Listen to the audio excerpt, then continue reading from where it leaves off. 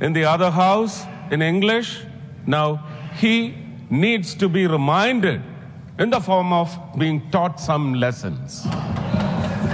He was talking about Empuran, a cinema which was yesterday. Not Through I you, will not sir. allow you. Please sit down.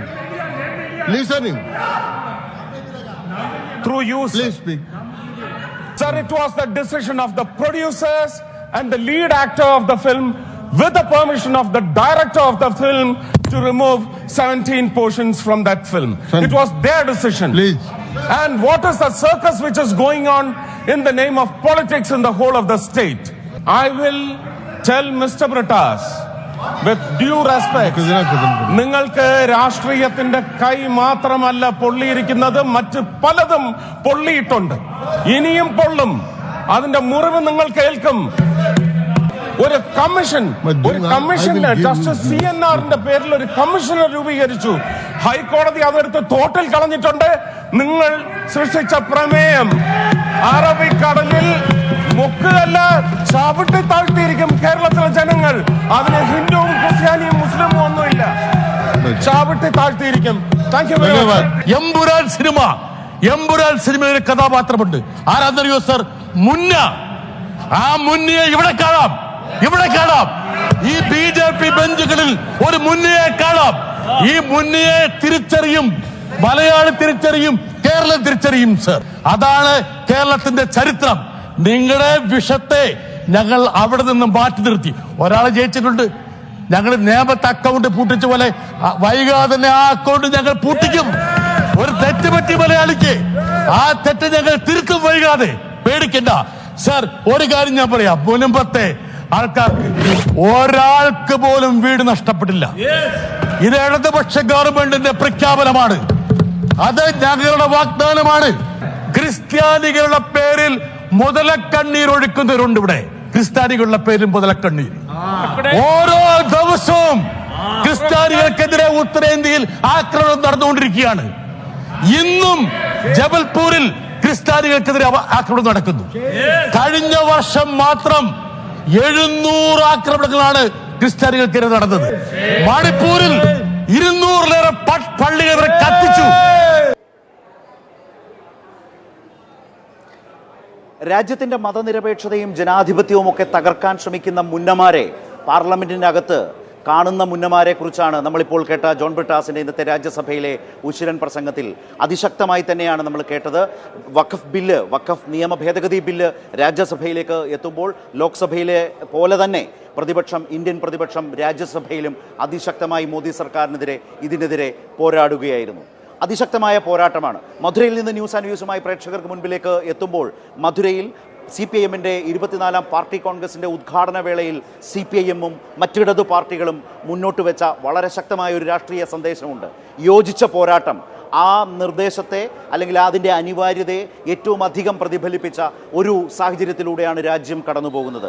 ന്യൂനപക്ഷങ്ങൾക്ക് ഭരണഘടന ഉറപ്പു നൽകുന്ന അവകാശങ്ങളും സംരക്ഷണവും എല്ലാം റദ്ദു ചെയ്യുന്ന, അട്ടിമറിക്കുന്ന നിലയിലേക്ക് രാജ്യത്തെ ഭരണകൂടം മാറുമ്പോൾ അതിനെതിരായി ഇന്നലെ മധുരയിൽ ഇടതു പാർട്ടികൾ, CPIMന്റെ നേതൃത്വത്തിൽ ഇടതു പാർട്ടികൾ പറഞ്ഞ യോജിച്ച പോരാട്ടം എന്ന ആവശ്യത്തെ, നിർദ്ദേശത്തെ, ആ രാഷ്ട്രീയ നിരീക്ഷണത്തെ അക്ഷരാർത്ഥത്തിൽ ശരിവെക്കുന്ന അനുഭവങ്ങളിലൂടെ രാജ്യം കടന്നുപോകുന്നു. ഇന്ത്യൻ പാർലമെന്റിന്റെ ഇരുസഭകളിലും നമ്മളത് കാണുന്നു. പക്ഷേ അപ്പോഴും നിരാശപ്പെടുത്തുന്ന കാഴ്ചകൾ അവിടെ നിന്നുണ്ടാകുന്നു എന്നുള്ളതാണ്. ന്യൂനപക്ഷ വിരോധം, ന്യൂനപക്ഷ വേട്ട നടക്കുമ്പോൾ അതിലെങ്ങനെയാണ് നിസ്സംഗത പാലിക്കാനാവുക, എങ്ങനെയാണ് മൗനം പാലിക്കാനാവുക? ഇന്ത്യൻ രാഷ്ട്രീയത്തിലെ നിരാശാജനകമായ കാഴ്ചയും ആ അർത്ഥത്തിൽ തന്നെ ഇന്ത്യൻ പാർലമെന്റിൽ നിന്ന് കാണുകയുണ്ടായി. ഇന്ന് ബൃന്ദാക്കാരാട്ട് പറഞ്ഞതുപോലെ, എന്തുകൊണ്ടാണ് പ്രിയങ്ക ഗാന്ധി കോൺഗ്രസ് പാർട്ടിയുടെ വിപ്പ് ലംഘിച്ചും ഒരു നിലപാടെടുത്തത്? അതിന് മറുപടി പറയേണ്ടത് പ്രിയങ്ക തന്നെയാണ്, വയനാട് MP തന്നെയാണ് മറുപടി പറയേണ്ടത്. ഇന്ത്യൻ പാർലമെന്റിലെ ലോക്സഭയിലെ പ്രതിപക്ഷ നേതാവ് രാഹുൽ ഗാന്ധി ഈ കേരളത്തിൽ നിന്ന്, വയനാട്ടിൽ നിന്ന് ഒരു ടേം ആ മണ്ഡലത്തെ പ്രതിനിധീകരിച്ച് ലോക്സഭയിലേക്ക് പോയ അനുഭവമുള്ളയാളല്ലേ? പ്രതിപക്ഷ നേതാവ് എന്ന നിലയിൽ എന്തുകൊണ്ടാണ് അദ്ദേഹം മുന്നിൽ നിന്ന് പട നയിക്കാതിരുന്നത് എന്ന ചോദ്യമുണ്ട്. പക്ഷേ അപ്പോഴും എല്ലാ പ്രതിപക്ഷ പാർട്ടികളും പൊതുവായി തന്നെ എടുത്ത പോരാട്ടത്തിൻ്റെ ആ മികവിൽ നിന്നുകൊണ്ട് അതിനപ്പുറത്തേക്ക് കടന്നൊരു വാക്കുപോലും പ്രതിപക്ഷ നേതാവിനെയോ കോൺഗ്രസിനെയോ അവരുടെ ഏറ്റവും വലിയ നേതൃത്വത്തിൽ നിന്നുണ്ടാകുന്ന നിസ്സംഗതയോട് മൗനത്തോട് കടന്നൊരു വാക്കുപോലും പറയാതിരിക്കുന്നു എന്നുള്ളത് ഇന്ത്യൻ പ്രതിപക്ഷത്തിൻ്റെ യോജിച്ച പോരാട്ടത്തിൻ്റെ ഭാവി കാലത്തെ സംബന്ധിച്ച അനിവാര്യതയിലുള്ള തികഞ്ഞ ബോധ്യമാണ് എന്നുള്ളതാണ് മനസ്സിലാക്കേണ്ട അതിപ്രധാനമായ കാര്യം. അവിടെയാണ് വഖഫ് ബില്ല് എന്ന് പറയുന്നത് കേവലം ഒരു മുസ്ലിം പ്രശ്നത്തിനപ്പുറം ഒന്നൊഴിയാതെ മണിപ്പൂർ പ്രശ്നം, അതുപോലെ തന്നെ നമ്മൾ കണ്ടതാണ് ജബൽപൂരിൽ വൈദികർക്ക് നേരെ ഉണ്ടാകുന്ന സംഭവം, അങ്ങനെ എന്തെല്ലാം ഗ്രഹാം സ്റ്റെയിൻസിനെ ചുട്ടുകൊന്നത് ആരാണ് എന്ന ചോദ്യം നിൽക്കുന്നു. അങ്ങനെ ഇപ്പോഴടക്കം പുതിയ പുതിയ പ്രശ്നങ്ങൾ, ന്യൂനപക്ഷങ്ങൾ, അത് മുസ്ലിം ആകട്ടെ ക്രിസ്ത്യാനി ആകട്ടെ, ഏത് മണിപ്പൂരിൻ്റെ അവസ്ഥയിൽ ഏത് നിലയിലാണ് അതൊരു മുസ്ലിം പ്രശ്നമാകുന്നത്, അങ്ങനെ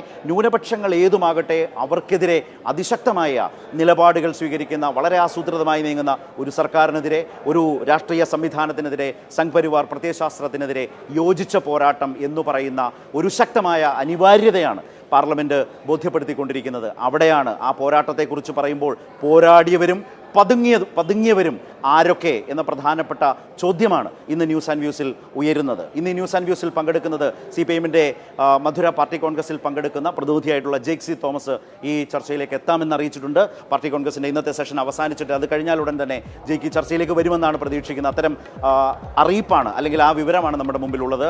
മറുഭാഗത്ത് ഈ ചർച്ചയിൽ പങ്കെടുക്കുന്ന കോൺഗ്രസ് പ്രതിനിധിയായി ശ്രീ റോണി കെ ബേബിയാണ്, അതുപോലെ തന്നെ ഇടത് രാഷ്ട്രീയ നിരീക്ഷകനായ അഡ്വക്കേറ്റ് ലാൽകുമാറുമാണ്. ഞാൻ റോണിയിൽ നിന്ന് ചർച്ച ആരംഭിക്കുകയാണ്. റോണി, ഞാൻ ഈ തുടക്കത്തിൽ സൂചിപ്പിച്ചതുപോലെ പ്രതിപക്ഷത്തിൻ്റെ പോരാട്ട വീര്യം നന്നായി കേന്ദ്ര സർക്കാരിന് മനസ്സിലായിട്ടുണ്ട്. മികവോടെ പ്രതിപക്ഷം ലോക്സഭയിൽ ഒരു ശക്തമായ പൊസിഷൻ സ്വീകരിച്ചു. രാജ്യസഭയിൽ ഇതാ കാണുന്നുണ്ട്, അതിശക്തമായി തന്നെ നിർത്തിപ്പൊരിക്കുകയാണ് ആ സർക്കാരിൻ്റെ പ്രാതിനിധ്യം, ആ സർക്കാരിൻ്റെ പ്രതിനിധികളായി നമ്മുടെ നാട്ടിൽ നിന്നൊക്കെ അടക്കം പോയവരോട് മുഖത്ത് നോക്കി ചോദിക്കുകയാണ് രാജ്യസഭയിൽ ഇപ്പോൾ.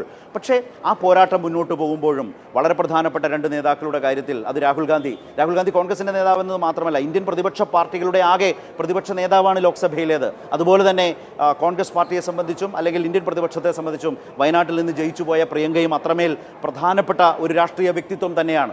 എന്തുകൊണ്ട് നിസ്സംഗതയും മൗനവും ഇരു നേതാക്കൾക്കും ഈ വിഷയത്തിൽ ഉണ്ടായി എന്ന ആക്ഷേപം കേൾക്കേണ്ടി വരുന്നു. അങ്ങനത്തെ ഒരു സാഹചര്യം ഇപ്പോൾ രൂപപ്പെട്ടിട്ടുണ്ടല്ലോ. ബൃന്ദാ കാരാട്ട് പറഞ്ഞ പോലെ പ്രിയങ്ക എന്തുകൊണ്ട് വിപ്പ് ഉണ്ടായിട്ടും സഭയിലെത്തിയില്ല? അത് പ്രിയങ്ക തന്നെ പറയണം. സ്വാഭാവികമല്ലേ? വിശദീകരിക്കേണ്ടേ ജനസാമാന്യത്തോട്? റോണി കെ ബേബി, ഇന്ത്യയിലെ മതന്യൂനപക്ഷങ്ങളെ ചവിട്ടിയേരിക്കുവാനും ചുട്ടുകൊല്ലുവാനും വംശഹത്യക്ക് പോലും വിധേയമാക്കുവാനുമുള്ള ഓരോ അടവുകൾ അവിടെ സംഘപരിവാരും BJPയും ഒക്കെ ഘട്ടം ഘട്ടമായി നടപ്പാക്കിക്കൊണ്ടിരിക്കുമ്പോൾ ഇന്ത്യയിലെ പ്രതിപക്ഷം മുഴുവൻ ഒറ്റക്കെട്ടായി നിന്നുകൊണ്ട് അതിനെ കടന്നാക്രമിക്കുമ്പോൾ, അതിനെ പ്രതിരോധിക്കുമ്പോൾ CPM ഏതെക്കാളും ഇന്ന് ഇങ്ങനെ ഒരു ചർച്ച ഇവിടെ BJP പോലും ഉന്നയിക്കാത്തൊരു ആരോപണം, BJPയുടെ ഒരു നേതാക്കൾ പോലും പരാമർശിക്കാത്തൊരു കാര്യം, രാഹുൽ ഗാന്ധി എവിടെ പോയി, പ്രിയങ്ക ഗാന്ധി എവിടെ പോയി? ഇവിടെ ഒറ്റ കാര്യം ചോദിക്കട്ടെ, ഇന്ന് രാജ്യസഭയിലെ ആരോഗ്യ പ്രശ്നങ്ങളെ പോലും പ്രവൽക്കരിച്ചുകൊണ്ട് ശക്തമായി നിന്ന് പ്രസംഗിച്ച ഒരു നേതാവിന്റെ പേരറിയാമല്ലോ, സോണിയാഗാന്ധി. അവർ ഇന്ത്യൻ നാഷണൽ കോൺഗ്രസിന്റെ മുൻ പ്രസിഡന്റാണ്, നേതാവാണ്. ഇവിടെ ചോദിച്ചു, കൃത്യമായ ഉത്തരവുണ്ട്. പ്രിയങ്ക ഗാന്ധി എന്നോട് ചോദ്യം ചോദിക്കുന്നത് ശരത്തിനും വളരെ കൃത്യമായ കാര്യങ്ങൾ അറിയാം. കാരണം പാർലമെന്റിന്റെ ഈ സമ്മേളനത്തിൽ വഖഫ് ഈ നിയമം അവർ അവതരിപ്പിക്കുമോ ഇല്ലതിനെ കുറിച്ച് ആശയക്കുഴപ്പമുണ്ടായിരുന്നു. കാരണം BJPയുടെ രണ്ട് പ്രധാനപ്പെട്ട സഖ്യകക്ഷികൾ JDUവും TDPയും ഒരുപക്ഷെ ഈ ബില്ലിനെതിരാണ് എന്നുള്ള ഒരു ചിത്രമുണ്ടായപ്പോൾ, ഒരുപക്ഷെ ഈ ബില്ലിന്റെ അവതരണം അടുത്ത സമ്മേളനത്തിലേക്ക് പോലും മാറ്റിവെക്കുമെന്നൊരു ചർച്ചയുണ്ടായപ്പോൾ പ്രിയങ്ക ഗാന്ധി അവർക്ക് ഏറ്റവും വേണ്ടപ്പെട്ട അവരുടെ ഏറ്റവും ഉറ്റ ബന്ധുവിന് വളരെ ഗുരുതരാവസ്ഥയിലായതുകൊണ്ട് അവർ വിദേശത്തേക്ക് പോയി. ശരത്തിന്റെ കാര്യങ്ങൾ കൃത്യം അറിയാം. 1-ാം തീയതി ഉച്ചയ്ക്ക് 12 മണിക്കാണ് വാർത്ത പുറത്തു വരുന്നത്. 1-ാം തീയതി 12 മണിക്ക് ശേഷമാണ് കാര്യോപദേശ സമിതിയുടെ യോഗം വിളിച്ചു കൂട്ടുന്നത് പിറ്റേ ദിവസം ബില്ല് അവതരിപ്പിക്കാൻ വേണ്ടി. എങ്ങനെയാണ് ഈ പറയുന്ന 20 മണിക്കൂർ കൊണ്ട് വിദേശത്ത് പോയ പ്രിയങ്ക ഗാന്ധി ഇന്ത്യയിലേക്ക് മടങ്ങി വരുന്നത്? അതാണ് അതിന് കൃത്യമായിട്ടുള്ള രാഷ്ട്രീയ കാരണം. അത് കൃത്യമായിട്ടുള്ള കാരണമുണ്ട്, വ്യക്തിപരമായ കാരണമാണ്. അല്ലാതെ അവർ മനഃപൂർവ്വം ഇവിടെ CPM പ്രചരിപ്പിക്കുന്നത് പോലെ അവര് ഈ പറയുന്ന പാർലമെന്റിലെ മനഃപൂർവ്വം വരാതിരിക്കുകയോ അല്ലെ അവിടുന്ന് പോകാതിരിക്കുകയോ ചെയ്യുകയല്ല ചെയ്തത്. ബഹുമാനപ്പെട്ട ശരത്ത്, നിങ്ങളുടെ CPMന്റെ നേതാക്കളോട് തന്നെ ചോദിക്കുക, ഈ വൃന്ദാ കാരാട്ടിന് ഉത്തരം പറയട്ടെ. ഈ ഏപ്രിൽ 1-ാം തീയതി വൈകുന്നേരം ഞാൻ പറയാം, റോണിയോട് ഞാൻ ഒരു കാര്യം കൂടി, പ്ലീസ് ഒരു സെക്കൻഡ് ഒന്ന് ശ്രദ്ധിക്കൂ. റോണിയോട് ഞാനൊരു മാധ്യമപ്രവർത്തകൻ എന്ന നിലയിലാണ് ചോദിച്ചത്. ഇന്ന് ഈ വിഷയത്തെക്കുറിച്ച് അടക്കം ചോദിച്ചപ്പോൾ CPMന്റെ നേതാക്കൾ എങ്ങനെയാണ് പ്രതികരിച്ചത് എന്നതുകൂടി നോക്കൂ. വളരെ പക്വമായി ഒരു യോജിച്ച പ്രതിപക്ഷ നിരയുടെ ഒരു അന്തരീക്ഷത്തിൽ നിന്ന് തന്നെയാണ് അതിലേതെങ്കിലും തരത്തിൽ ഇപ്പോൾ CPMന്റെ സംസ്ഥാന സെക്രട്ടറി എങ്ങനെയാണ് ഈ പ്രതികരണം ഇക്കാര്യത്തിൽ നടത്തിയെന്ന് പരിശോധിച്ച് നോക്കൂ. ഇന്ന് ആ ലോക്സഭയിലുണ്ടായിരുന്ന മധുരയിൽ ഈ പാർട്ടി കോൺഗ്രസിൽ പങ്കെടുക്കേണ്ട ആളായിരുന്ന കെ രാധാകൃഷ്ണൻ, ഈ സാഹചര്യത്തിൽ അമ്ര റാം, ഇവരെല്ലാം ഇവിടെ ഉണ്ടായിരുന്നു. ഇവിടെ നിന്ന് ഈ സമ്മേളനം മാറ്റിവെച്ച് അവർ നേരെ അവിടേക്ക് പോയി. രാജ്യസഭയിലുള്ള ജോൺ ബ്രിട്ടാസും ശിവദാസനും റഹീമും അടക്കം ഇവിടെ മധുരയിൽ പ്രതിനിധികളാണ്, നിരവധി ഉത്തരവാദിത്തങ്ങളുള്ള ആളുകളാണ്. ഇന്ന് അവർ പറഞ്ഞതാണ് വാർത്താ സമ്മേളനത്തിൽ. അതെല്ലാം മാറ്റിവെച്ച് അവിടെ നിൽക്കുകയാണ്. അപ്പോൾ ഈ ഘട്ടത്തിലും ആ ചോദ്യങ്ങളൊക്കെ ഉണ്ടെങ്കിലും വളരെ രാഷ്ട്രീയമായ മര്യാദയും മാന്യതയും പാലിച്ച് തന്നെയാണ് ഇന്നത്തെ ആ രാഷ്ട്രീയ വിമർശനമൊക്കെ ഉണ്ടാകാം, സ്വാഭാവികമായി ഉണ്ടാകാം. പക്ഷേ എന്നിട്ടും CPIM നേതാക്കളിൽ നിന്ന്, മുമ്പ് റോണി പറഞ്ഞുകൊണ്ടാണ് പറഞ്ഞത്, CPIM നേതാക്കളിൽ നിന്ന് അത്തരത്തിലേക്ക് അല്ല അതിനെ ഇവർ സമീപിച്ചെന്നാണ് ഞാൻ പറഞ്ഞു വന്നത്. അതേസമയം മാധ്യമങ്ങളൊക്കെ, കേരളത്തിലെ മാധ്യമങ്ങളൊക്കെ ഇതുമായി ബന്ധപ്പെട്ട് കൊടുത്ത കാർഡുകൾ റോണി ഒന്ന് പരിശോധിച്ച് നോക്കൂ. വിപ്പുണ്ടായിട്ടും ലോക്സഭയിൽ എത്തിയില്ല എന്നല്ലേ എല്ലാ മാധ്യമങ്ങളും കൊടുത്ത്. പ്രിയങ്കയുടെ കാര്യത്തിൽ പ്രതിപക്ഷ നേതാവായിരിക്കുന്ന രാഹുൽ ഗാന്ധിക്ക് മൗനം, നിസ്സംഗത, ന്യൂനപക്ഷ വിരുദ്ധ സമീപനത്തോടെ എന്തുകൊണ്ട് ഈ നിസ്സംഗത എന്ന് മാധ്യമങ്ങൾ ചോദിച്ചില്ലേ? എത്രയോ മാധ്യമങ്ങളുടെ സോഷ്യൽ മീഡിയ കാർഡുകളുണ്ട്, ഞാൻ വേണമെങ്കിൽ അയച്ചു തരാം റോണിക്ക്. അത് മാധ്യമങ്ങളുടെ ചോദ്യമാണ്, പൊതുസമൂഹത്തിൻ്റെ ചോദ്യമാണ്. അത് ഏതെങ്കിലും തരത്തിലുള്ള ഒരു രാഷ്ട്രീയ പാർട്ടിയുടെ തലയിലേക്ക് വെക്കണ്ടെന്നേ. റോണി കംപ്ലീറ്റ് ചെയ്യും. നമുക്കറിയാം CPM-ന്റെ അഖിലേന്ത്യാ പാർട്ടി കോൺഗ്രസ് ഇപ്പോൾ മധുരയിൽ നടക്കുകയാണ്. CPM-ന്റെ MPമാരെല്ലാം അവിടെയായിരുന്നു. ഈ ബില്ല് ലോക്സഭയിൽ അവതരിപ്പിക്കാൻ പോകുന്നു എന്ന വാർത്ത കേട്ടപ്പോൾ CPM ഔദ്യോഗികമായിട്ട് തന്നെ സ്പീക്കർക്ക് കത്ത് കൊടുത്തു. ഞങ്ങളുടെ MPമാർ സമ്മേളനത്തിലാണ്, ഞങ്ങൾ അതിൻ്റെ അകത്ത് നിന്ന് വിട്ടുനിൽക്കും. പക്ഷേ ഞങ്ങളുടെ ഏതെങ്കിലും ഒരു കോൺഗ്രസ് നേതാക്കള് നിങ്ങൾ അതിൻ്റെ അകത്ത് നിന്ന്, അല്ലെങ്കിൽ CPM അതിൻ്റെ അകത്ത് ഒഴിഞ്ഞു മാറുകയാണെന്നോ, CPM പാർലമെന്റിൽ നിന്ന് പേടിച്ചോടുകയാണെന്നോ, അല്ലെങ്കിൽ BJPക്കെതിരെ നിലപാടെടുക്കാൻ ഭയപ്പെട്ടുകൊണ്ട് CPM പോകുകയാണെന്നൊന്നും ഞങ്ങളുടെ ഒരു സോഷ്യൽ മീഡിയ ഹാൻഡിലിനോ, ഞങ്ങളുടെ ഒരു പ്രവർത്തകരോ, ഞങ്ങളുടെ ഈവൻ ഒരു മണ്ഡലം പ്രസിഡന്റ് പോലും ഞങ്ങൾ അങ്ങനെ ഒരു വിമർശനം അങ്ങനെ പറയാനൊരു അവസരം തന്നില്ലെന്നേ. ബിരിയാണി കഴിക്കാനോ കല്യാണത്തിന് പോകാനോ ബാക്കി കാര്യങ്ങൾക്ക് പോകാനോ ഈ രാഷ്ട്രീയ ഉത്തരവാദിത്വം നിറവേറ്റാതെ പാർലമെന്റിലേക്ക് പോകാതെ അവരാരും പോയിട്ടില്ല. എത്തപ്പെട്ട സമൂഹം ചോദിക്കുന്നത് തെറ്റാണോ? പ്രതിപക്ഷ നേതാവ് എന്തുകൊണ്ട് നിശബ്ദത പാലിച്ചു? ഒരു കാര്യം വളരെ വ്യക്തമായിട്ട് അറിയാം. അവിടെ ഏപ്രിൽ 1-ാം തീയതി വൈകുന്നേരം അടിയന്തരമായി, ഞാൻ പറഞ്ഞല്ലോ 12 മണിക്കാണ് ഈ തീരുമാനം വരുന്നത്. പിറ്റേ ദിവസം ഈ ബില്ല് ലോക്സഭയിൽ അവതരിപ്പിക്കാൻ പോവുകയാണ്. അന്ന് വൈകുന്നേരത്തിന് അടിയന്തരമായി ഇന്ത്യ മുന്നണിയുടെ യോഗം കൃത്യം 6 മണിക്ക്, വെറും 4-5 മണിക്കൂറിനകം ഇന്ത്യ മുന്നണിയുടെ യോഗം വിളിച്ചു ചേർത്തു. രാഹുൽ ഗാന്ധിയുടെ നേതൃത്വത്തിൽ, രാഹുൽ ഗാന്ധി ഉൾപ്പെടെ നിന്നാണ് അവിടെ തീരുമാനം എടുക്കുന്നത്. അതിശക്തമായ സ്റ്റേറ്റ്മെന്റ്. മുന്നണി യോഗം ചേരുവൊക്കെ ചെയ്യും. പക്ഷേ സമൂഹത്തിന്റെ മുമ്പിൽ എന്താണ് റോണി? ഇന്ത്യൻ പാർലമെന്റിൽ ലോക്സഭയ്ക്ക് ഒരു പ്രതിപക്ഷ നേതാവുണ്ട്. കഴിഞ്ഞ തവണ പ്രതിപക്ഷ നേതാവ് പോലും ഉണ്ടായിരുന്നില്ല. കോൺഗ്രസിന് ഒരു പ്രതിപക്ഷ നേതാവ് സ്ഥാനം പോലും കിട്ടിയില്ല. ഇത്തവണ അത് കിട്ടി. ആ പദവിയോട് നീതി പുലർത്തണ്ടേ? ഇന്ത്യൻ പ്രതിപക്ഷ പാർട്ടികളോട് നീതി പുലർത്തണ്ടേ? നിങ്ങൾക്ക് കോൺഗ്രസ് എന്ന പാർട്ടിക്ക് രാഹുൽ ഗാന്ധി വേണമെങ്കിൽ സംസാരിക്കേണ്ട എന്ന് തീരുമാനിക്കാം, അദ്ദേഹത്തിന് ആഗ്രഹമില്ലെങ്കിൽ മിണ്ടാതിരിക്കാം. പക്ഷേ ഇന്ത്യൻ പ്രതിപക്ഷത്തിൻ്റെ നേതൃസ്ഥാനത്തിരിക്കുന്ന വ്യക്തി എന്ന നിലയിൽ വളരെ ശക്തമായി ആസൂത്രിതമായി എല്ലാ സജ്ജീകരണങ്ങളോടും കൂടി കേന്ദ്ര സർക്കാർ ഈ ബില്ല് അവതരിപ്പിക്കുമ്പോൾ എന്തേ രാഹുൽ ഗാന്ധി പ്രതിപക്ഷത്തെ മുൻപിൽ നിന്ന് നയിച്ചില്ല എന്ന് ചോദിക്കുന്നത് മുന്നണിയിലെ ഏതെങ്കിലും ഒരു പാർട്ടിയുടെ ചോദ്യമായി എടുക്കണ്ട. പക്ഷേ പൊതുസമൂഹം എന്ന നിലയിൽ രാഷ്ട്രീയം ചിന്തിക്കുന്ന ആളുകൾ ചോദിക്കില്ലേ? ആ ചോദ്യം തന്നെയാണ് ഞാൻ ആവർത്തിച്ച് ചോദിച്ചത്. ശരത്തെ, അതിന് വളരെ കൃത്യമായിട്ടുള്ള ഉത്തരവുണ്ട്. ശരത്തിന് അറിയാമല്ലോ, ഒന്നാമത്തെ കാര്യം, ലോക്സഭയിൽ പ്രതിപക്ഷ നേതാവ് സംസാരിക്കാൻ എണീറ്റ് നിന്നാൽ പോലും സമയം കൊടുക്കാത്ത ഒരു പാർലമെന്റും ഒരു സ്പീക്കറും ഭരണകൂടവുമാണ് ഇന്ത്യ ഭരിക്കുന്നത്. 2, കോൺഗ്രസിന് 3 MPമാർക്കാണ് ആകെ സംസാരിക്കാൻ അവസരം കിട്ടിയത്. ഉള്ള വില കൂടെ പോയില്ലേ? ആകെ അത്ര അവിടെ ശരത്തിനറിയാലോ, അവിടെ കിടന്ന് എത്രമാത്രം ബഹളം വെച്ചാലും, എത്രമാത്രം ഫൈറ്റ് ചെയ്താലും, എത്രമാത്രം ഒച്ചപ്പാട് വെച്ചാലും നമുക്ക് അവകാശപ്പെട്ട അതാണ് പറഞ്ഞത്. ഏകാധിപത്യപരമായി പെരുമാറുന്ന ഒരു സർക്കാർ എന്ന് പറയുമ്പോൾ അതിനെതിരെ വലിയ ഫൈറ്റ് നടത്തേണ്ടി വരും. അതിനൊക്കെ തന്നെയാണ് അദ്ദേഹത്തെ പ്രതിപക്ഷ നേതാവാക്കി എല്ലാ പാർട്ടികളും അംഗീകരിച്ചു വെച്ചിരിക്കുന്നത്. മൗനമായിരിക്കാനല്ല. ഞങ്ങൾക്ക് കിട്ടിയ സമയം വളരെ കൃത്യമായി ഞങ്ങൾ, കാരണം എന്താ, ഉടനെ നിയമസഭാ തെരഞ്ഞെടുപ്പ് വരാൻ പോകുന്ന 3 സ്റ്റേറ്റുകൾ കൃത്യമായി തന്നെ ഫിക്സ് ചെയ്തു. പറഞ്ഞിട്ട് ഒരു മടിയില്ല, ഞങ്ങൾ കൃത്യമായി തന്നെ രാഷ്ട്രീയം. ആ സമയം ഞങ്ങളുടെ രാഹുൽ ഗാന്ധി ലോക്സഭാ ഉപനേതാവാണ് തരുൺ ഗൊഗോയ്. അദ്ദേഹമാണ്. ആര് വേണേ സംസാരിച്ചു, അതിലൊന്നും തർക്കമില്ല സർ. ശരി, ജനാധിപത്യപരമായി നിങ്ങൾക്ക് കിട്ടുന്ന അവസരത്തിൽ ആരൊക്കെ സംസാരിക്കണം? ഒരുപക്ഷെ ഇത്രയും സുപ്രധാനമായ ഒരു ബില്ല് അവിടെ ചർച്ച ചെയ്തിട്ട് ഇന്ത്യയുടെ പ്രധാനമന്ത്രി ആ ലോക്സഭയിൽ ഉണ്ടായിരുന്നു. പ്രധാനമന്ത്രി ഒരു അക്ഷരം പോലും ഇതിനെക്കുറിച്ച് പറയാനോ പരാമർശിക്കാനോ, അല്ലെ ഇത്രയും ഇന്ത്യയിലെ ഈ പറയുന്ന 15% വരുന്ന ഒരു പദവിഭാഗം, അപ്പോൾ അതിനെക്കുറിച്ച് ഇവിടെ ആർക്കും സംസാരിക്കാനില്ല, ചോദ്യം ചെയ്യാനില്ല. പ്രധാനമന്ത്രി അവിടെ ഉണ്ടായിരുന്നു, അദ്ദേഹം ഒരു വാക്കിലും പ്രധാനമന്ത്രി വഴിക്ക് വന്നില്ല. സഭയിലുണ്ടായിരുന്ന പ്രതിപക്ഷ നേതാവ് മിണ്ടിയതുമില്ല. ഇല്ല, കാരണം പ്രതിപക്ഷ നേതാവ് ഇതിന് മോദിയാണോ മാതൃകാപരമായി കോൺഗ്രസ് കാണുന്നത്? മോദിയാണോ? ഞാൻ വരാം താങ്കളെ.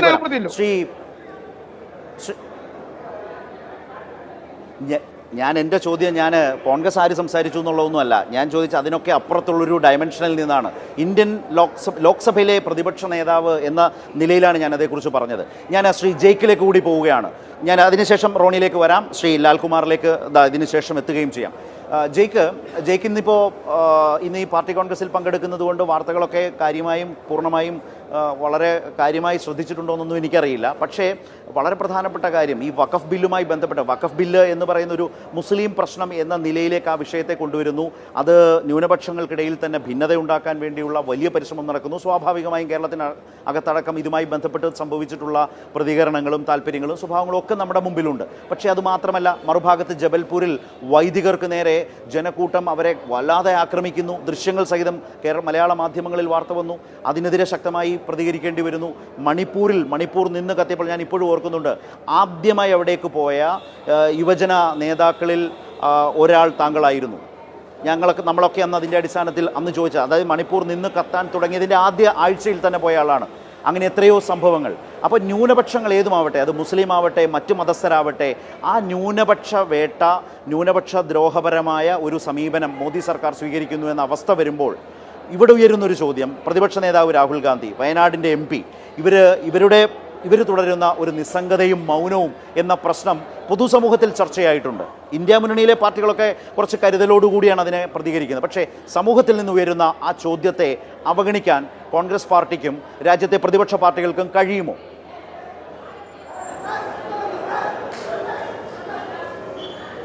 തീർച്ചയായിട്ടും അങ്ങയുടെ ചോദ്യത്തിൻ്റെ പല ഭാഗങ്ങളും വളരെ പ്രസക്തജനകമാണ്. ഞാനതുകൊണ്ട് അതിൻ്റെ ആവർത്തനത്തിലേക്ക് പോവുകയില്ല. നമ്മൾ കാണേണ്ടത് അങ്ങ് സൂചിപ്പിച്ചതുപോലെ CPM-ൻ്റെ 24ാമത് പാർട്ടി കോൺഗ്രസ്, ആ പാർട്ടി കോൺഗ്രസിനായി ഇന്ത്യൻ ഇടതുപക്ഷത്തിൻ്റെ സമരയുവനം ഒന്നടങ്കം നമ്മളുടെ നാട്ടിൽ, അതായത് മധുരയിൽ ഇന്ന് ഒത്തുചേർന്നിരിക്കുകയാണ്. മധുര പാർട്ടി കോൺഗ്രസിൻ്റെ ഇന്നത്തെ ഏറ്റവും ആവേശകരമായ ഇന്നും ഇന്നലെയുമായി കേട്ട വാർത്തകളിൽ പ്രതിനിധി സഖാക്കളെയാകെ ഏതാണ്ട് 811 പ്രതിനിധികളാണ് രാജ്യമെമ്പാടുമുള്ള ഇടതുപക്ഷ രാഷ്ട്രീയത്തിൻ്റെ മുഖമായി പരിലസിക്കുന്ന CPM-ൻ്റെ ഭാഗമായി 811 സമര യൗവനങ്ങളാണ് മധുരയിൽ ഒത്തുചേരുന്നത്. ഞങ്ങളെയാകെ ഏറ്റവും കൂടുതൽ ത്രസിപ്പിച്ച ഒരു വാർത്ത എന്തായിരുന്നു എന്ന് ചോദിച്ചാൽ അത് മറ്റൊന്നുമല്ല, പാർട്ടി കോൺഗ്രസിൽ പ്രതിനിധികളായി പങ്കെടുക്കേണ്ട മറ്റ് അന്ധമായ ഇടതുപക്ഷ വിരോധമുള്ളവരുടെ കാഴ്ചപ്പാടിൽ ഓട്ടോറിക്ഷയിലോ ചെറിയ വാഹനങ്ങളിലോ ഒക്കെ കയറ്റിവിടാൻ മാത്രം വലിപ്പമുണ്ട് എന്നവർ പരിഹസിക്കാറുള്ള ഇടതുപക്ഷ രാഷ്ട്രീയത്തിൻ്റെ ജനപ്രതിനിധികൾ, പാർലമെൻറ്റ് മെമ്പർമാർ, രാജ്യസഭാ അംഗങ്ങൾ, അവരെ സംബന്ധിച്ച് പാർട്ടി കോൺഗ്രസിൽ ഇന്നലെയും ഇന്നുമായി മുഴങ്ങിക്കേട്ട ഏറ്റവും പ്രസക്തമായ ഒരു അറിയിപ്പ്, വഖഫ് ബില്ല് ചർച്ച ചെയ്യുന്നു എന്നുള്ളത് കൊണ്ട് ആ ബില്ലിൽ ഇന്ത്യൻ ഇടതുപക്ഷത്തിൻ്റെ മുഖമായ CPIM-ൻ്റെ ഖണ്ഡിതമായ അഭിപ്രായം തൊണ്ടപൊട്ടുമാർ ഉച്ചത്തിൽ വിളിച്ചു പറയുവാൻ, രാജ്യത്തിൻ്റെ ശ്രദ്ധയിൽ കൊണ്ടുവരുവാൻ, ഞങ്ങൾ എത്ര ചെറുതെങ്കിലും ആകാശത്തോളം വലിപ്പമുള്ള ഇന്ത്യൻ മതനിരപേക്ഷതയ്ക്ക് വേണ്ടി ഞങ്ങൾ ശബ്ദമുയർത്തും, ഞങ്ങളുടെ അവസാനത്തെയാൾ ശേഷിക്കുന്നിടം വരെയും എന്ന പർവ്വത സമാനമായ പ്രഖ്യാപനം നടത്തുവാൻ പാർട്ടി കോൺഗ്രസിൽ നിന്ന് അവധി ചോദിച്ച് ഇടതുപക്ഷത്തിൻ്റെ മുഴുവൻ MP-മാരും ഇന്നലെയും ഇന്നുമായി ഡൽഹിയിൽ തങ്ങുകയാണ്. അവർ നടത്തിയ പ്രഭാഷണത്തിലെ പ്രസക്തമായ ഭാഗങ്ങൾ ഇതിനോടകം സാമൂഹ്യ മാധ്യമങ്ങളിലും ഭൂരിപക്ഷ വിഭാഗങ്ങളിൽപ്പെട്ടവർ എന്ന നിലയിൽ മാത്രമല്ല, ഇന്ത്യ സെക്യുലറായി തുടരണം, മതത്തിൻ്റെ പേരിൽ മനുഷ്യൻ കൊല്ലപ്പെടുന്ന ഒരു പ്രേതരാഷ്ട്രമായി കേരളവും ഇന്ത്യയും മാറാൻ പാടില്ല എന്നാഗ്രഹിക്കുന്ന ഇന്ത്യയിലെ മഹാഭൂരിപക്ഷം വരുന്ന മനുഷ്യരുടെ ഡിസ്കോഴ്സിന് മുമ്പിൽ ഇതിനോടകം ഇന്ത്യൻ ഇടതുപക്ഷത്തിൻ്റെ പ്രതിനിധികൾ പാർലമെൻറ്റിലും രാജ്യസഭയിലും ലോകസഭയിലും നടത്തിയിട്ടുള്ള പ്രഭാഷണങ്ങൾ, പ്രതികരണങ്ങൾ ഇതിനോടകം പ്രകമ്പനം സൃഷ്ടിച്ചിട്ടുണ്ട്. കൈരളി പോലെ ഒരു ചാനലിലെ ചർച്ചയിൽ പങ്കെടുക്കുമ്പോൾ നമ്മൾ അഭിമാനത്തോടു കൂടി ഓർമ്മിച്ചെടുത്ത് പറയേണ്ടത്, കൈരളിയുടെ കൂടെ ചുമതലയുള്ള കേരളത്തിലെ ഇടതുപക്ഷ രാഷ്ട്രീയത്തിൻ്റെ ചുമതലക്കാരൻ ഡോക്ടർ ജോൺ ബ്രിട്ടാസ് ഇന്ത്യൻ പാർലമെന്റിൽ നടത്തിയ പ്രഭാഷണത്തിലെ ശകലങ്ങൾ നമ്മുടെ മുമ്പിലുണ്ട്. അദ്ദേഹം പറയുന്നു, എമ്പുരാൻ എന്ന സിനിമയിൽ നമ്മളൊക്കെ മലയാളികളുടെ മാത്രമല്ല ഇന്ത്യൻ പൊതുബോധത്തിൽ ആകെ പ്രത്യക്ഷപ്പെട്ടിട്ടുള്ള ഒരു ആ മുന്നമാർ ഇന്ത്യൻ പാർലമെന്റിലുണ്ട്. ആ മുന്നമാരുടെ സ്വഭാവമുള്ളൊരു മലയാളിയും നിർഭാഗ്യവശാൽ നമ്മുടെ നാട്ടിൽ നിന്നുണ്ട് എന്നതടക്കം ചൂണ്ടിക്കാണിച്ചുകൊണ്ടാണ് ഇന്ത്യൻ വർഗീയതയ്ക്കെതിരെയുള്ള ഏറ്റവും ശക്തമായ പ്രതികരണം, വർഗീയതയ്ക്കെതിരെയുള്ള ഏറ്റവും ശക്തമായ ചെറുത്തുനിൽപ്പ്, ഇന്ത്യൻ മതനിരപേക്ഷ ചേരി ആഗ്രഹിക്കുന്ന ചെറുത്തുനിൽപ്പ് ഇന്ന് ഇന്ത്യൻ പാർലമെന്റിൽ ഉയർത്തിയത്. രണ്ട് വാചകോടെ പറഞ്ഞ് ഞാൻ എൻ്റെ പ്രതികരണം അവസാനിപ്പിച്ചുകൊള്ളാം. അവിടെ അങ്ങയുടെ ചോദ്യത്തിലെ പ്രസക്തമായ ഒരു ഭാഗം, ഇന്ത്യ എന്ന കൂട്ടായ്മ കഴിഞ്ഞ പാർലമെന്റ് തെരഞ്ഞെടുപ്പിനോടനുബന്ധിച്ച് രൂപീകരിക്കപ്പെട്ട ഒരു പരിമിതികളോട് കൂടെയുള്ള ഒരു മതനിരപേക്ഷ ചേരി, ആ മതനിരപേക്ഷ ചേരിയിലെ വ്യത്യസ്ത രാഷ്ട്രീയ പ്രസ്ഥാനങ്ങൾക്ക് എന്തു പങ്ക് നിർവഹിക്കാൻ കഴിഞ്ഞു, സംഘപരിവാർ വിരുദ്ധത ഉയർത്തിപ്പിടിക്കുന്ന ഇന്ത്യയിലെ മറ്റു രാഷ്ട്രീയ പ്രസ്ഥാനങ്ങൾക്ക് എന്ത് ചരിത്രപരമായ പങ്ക് വഖഫ് ബില്ലിന്റെ ചർച്ചയിൽ ഉയർത്താൻ കഴിഞ്ഞു എന്നുള്ളത് ചോദ്യം ചരിത്രത്തിൽ ഇടം പിടിക്കുന്നതായി മാറുമെന്ന കാര്യത്തിൽ നമുക്കല്ല ലോകത്താർക്കും മറ്റൊരു അഭിപ്രായം ഉണ്ടായിരിക്കില്ല. അവിടെ നിർഭാഗ്യവശാൽ നമ്മുടെ നാട്ടിൽ മുസ്ലിം ലീഗും കോൺഗ്രസും ഉൾക്കൊള്ളുന്ന കേരളത്തിലെ ഇടതുപക്ഷ വിരുദ്ധ സംഘം ആകെ പ്രചരിപ്പിച്ചത് അവർ ഉൾക്കൊള്ളുന്ന ചേരിയുടെ പ്രത്യേകത, ആ ചേരിയുടെ അങ്ങേ തലയ്ക്കൽ RSS ഉണ്ട്, ഇങ്ങേ തലയ്ക്കൽ SDPI ഉണ്ട്, നടുവിൽ ജമാഅത്തെ ഇസ്ലാമി ഉണ്ട്. SDPIയിൽ ആരംഭിച്ച് ജമാഅത്തെ ഇസ്ലാമിയിലൂടെ വളർന്ന് ഭൂരിപക്ഷ വർഗീയത പ്രകടനത്തിൽ എത്തിച്ചേരുന്ന മുന്നണിയാണ് ഇന്നത്തെ കേരളത്തിലെ UDF. അവരാണ് 2024 പാർലമെന്റ് തെരഞ്ഞെടുപ്പിൽ ഇത് അവസാന ബസ്സാണ് എന്ന് കേരളത്തിൻ്റെ ഓരോ മുക്കിലും മൂലയിലും പ്രഭാഷണം നടത്തിക്കൊണ്ടിരുന്നത്. മതനിരപേക്ഷ ചേരികളുടെ ഓരോ സ്വാധീന കേന്ദ്രങ്ങളിൽ വന്ന് കോൺഗ്രസിൻ്റെയും ജമാഅത്തെ ഇസ്ലാമിയുടെയും SDPIയുടെയും RSS പ്രകടനത്തിൻ്റെയും പോലും വക്താക്കൾ പറഞ്ഞു, ഈ കാര്യത്തിനകത്ത് ഇടതുപക്ഷത്തെ പരാജയപ്പെടുത്താൻ ഏതടവും സ്വീകരിക്കുക, ഇത് അവസാന വണ്ടിയാണ് എന്ന നിലയിലുള്ള പ്രചരണമാണ് കേരളത്തിൽ ഉയർത്തിക്കൊണ്ട് വന്നത്. എന്താണ് നമ്മളിന്ന് കണ്ട ദയനീയമായ, അനിവാര്യമായെങ്കിലും ദയനീയമായ, നമുക്കൊക്കെ സങ്കടം സൃഷ്ടിച്ച ഒരു അപ്രിയമായ വസ്തുത എന്താണ്? ആ അപ്രിയമായ വസ്തുത ഇന്ത്യയിലെ കോൺഗ്രസിൻ്റെ നമ്മുടെ LOP എന്ന് വിശേഷിപ്പിക്കാൻ കഴിയുന്ന പ്രതിപക്ഷ നേതാവ്, വയനാട് പാർലമെന്റ് മെമ്പർ, ഇവരുടെ ക്രൂരമായ നിശബ്ദത കൊണ്ടുകൂടെയാണ് ഇന്നത്തെ മതനിരപേക്ഷ ചരിത്രത്തിൽ ഇടം നേടപ്പെടാനും അടയാളപ്പെടുത്തപ്പെടാനും വേണ്ടി പോകുന്നത്. ലളിതമായ ഒരൊറ്റ ചോദ്യമേ വർഗീയതയും മതനിരപേക്ഷ ചേരിയും മുഖാമുഖം ഏറ്റുമുട്ടുമ്പോൾ ലളിതമായ ഒരൊറ്റ ചോദ്യമേ ലോകത്തെല്ലായിടത്തും ഉയരുന്നുള്ളൂ. അത് വഖഫിന്റെ ചർച്ചാവേളയിലായാലും വർഗീയതയിൽ നിന്ന് മതനിരപേക്ഷ ചേരി വെല്ലുവിളി നേരിടുന്ന ഏത് ഘട്ടത്തിലായാലും ആ ചോദ്യം ഇത്രയുള്ളൂ, വർഗീയത എന്ന് കേൾക്കുമ്പോൾ മുട്ടിടിക്കാത്തവരാരാണ്, നാവ് മടക്കാത്തവരാരാണ്, മുട്ടിലിഴയാത്തവരാരാണ് എന്നുള്ളതാണ്. വർഗീയത എന്ന് കേൾക്കുമ്പോൾ മതനിരപേക്ഷ രാഷ്ട്രീയത്തിന്റെ പതാക 4 മടക്കി ഒളിച്ച് പോക്കറ്റിൽ വെക്കാത്തവരാരാണ്? വർഗീയത എന്ന് കേൾക്കുമ്പോൾ ഉയർന്നു വന്ന നാവ് നിശബ്ദതയിലേക്ക് മടക്കി നാവിനുള്ളിൽ തൊണ്ടക്കുഴിയിലേക്ക് മടക്കി വെക്കുന്നവരാരാണ് എന്ന ചോദ്യമാണ് മതനിരപേക്ഷ ചേരി വിഗുലതയോടുകൂടെ എല്ലാ കാലങ്ങളിലും ഉയർത്തുന്നത്. ആ ചോദ്യത്തിന് മുമ്പിൽ CPIMന്റെ 24ാം പാർട്ടി കോൺഗ്രസ് മധുരയിൽ സംഘടിപ്പിക്കപ്പെടുമ്പോൾ പ്രതിനിധികളും പാർട്ടി ബന്ധുക്കളും മിത്രാദികളും ഇടതുപക്ഷ രാഷ്ട്രീയ പ്രവർത്തകരും ആകെ ത്രസിപ്പിക്കുമാർ ആവേശത്തോട് വിളിച്ചു പറയും, ഞങ്ങൾ തൊണ്ടപൊട്ടുമാർ ഉച്ചത്തിൽ കരങ്ങൾ ഉയർത്തി അതിനെ ചോദ്യം ചെയ്തു. കോൺഗ്രസിന്റെ ഇന്ത്യയിലെ പ്രതിപക്ഷ നേതാവ് മുതൽ വയനാട് പാർലമെന്റ് മെമ്പർ വരെ എന്ത് ചെയ്തു എന്ന ചോദ്യത്തിന് മുമ്പിൽ ഒട്രൈനോ കാസിലൂടെ കവിത പറയുന്നത് പോലെ അരാഷ്ട്രീയ ബുദ്ധിജീവികൾ ചോദ്യം ചെയ്യപ്പെടും. ഏകാന്തവും ചെറുതുമായ ഒരു ജാലകടക്കെ നമ്മുടെ രാഷ്ട്രം കത്തിയമർന്നുകൊണ്ടിരുന്നപ്പോൾ നിങ്ങൾ എന്തെടുക്കുകയായിരുന്നു? ആ ചോദ്യത്തിന് മുമ്പിൽ ഇന്ത്യയിലെ കേരളത്തിലെയല്ല ഇന്ത്യയിലെ കോൺഗ്രസിന് മറുപടിയില്ല. അവർ വർഗീയതയ്ക്ക് മുമ്പിൽ മുട്ടിലഴഞ്ഞു, നിശബ്ദരായി എന്നുള്ളതാണ് ചരിത്രം രേഖീയമാക്കാൻ പോകുന്ന ഇന്നത്തെ സംഭവവികാസം. റൈറ്റ്, ജയിക്കിലേക്ക് ഞാൻ വരാം. ഇവിടെ ഞാൻ അഡ്വക്കേറ്റ് ലാൽകുമാറിലേക്ക് കൂടി വരികയാണ്. ലാലെ, ഞാൻ ദീർഘമായൊന്നും ഇപ്പോൾ ചോദിക്കുന്നില്ല, കാരണം നേരത്തെ റോണി സംസാരിച്ചതാകെ കേട്ടിരിക്കുന്നു. അവിടെ ഞാൻ ഉന്നയിച്ചൊരു പ്രശ്നം എന്താണ്, പൊതുസമൂഹത്തിൽ നമ്മുടെ രാഷ്ട്രീയ കേന്ദ്രങ്ങളിലൊക്കെ ഉയരുന്നൊരു വലിയ ചോദ്യവും ചർച്ചയും അതുമായി ബന്ധപ്പെട്ട നിരവധി എഴുത്തുകളുമൊക്കെ വരുന്നുണ്ട്. അതേക്കുറിച്ച് ജയിക്കും ഇപ്പോൾ സംസാരിച്ചു. ഞാൻ ഇത്ര മാത്രമാണ് ലാലിനോട് ചോദിക്കുന്നത്. ഈ സാഹചര്യത്തിൽ സ്വാഭാവികമായും ആളുകൾ ചിന്തിക്കുകയോ ചോദിക്കുകയോ ചെയ്യില്ലേ, ഈ പോരാട്ടത്തിൽ പോരാടിയതാരാണ്, പതുങ്ങിയതാരാണ്? ആ ചോദ്യം വളരെ സ്വാഭാവികമല്ലേ?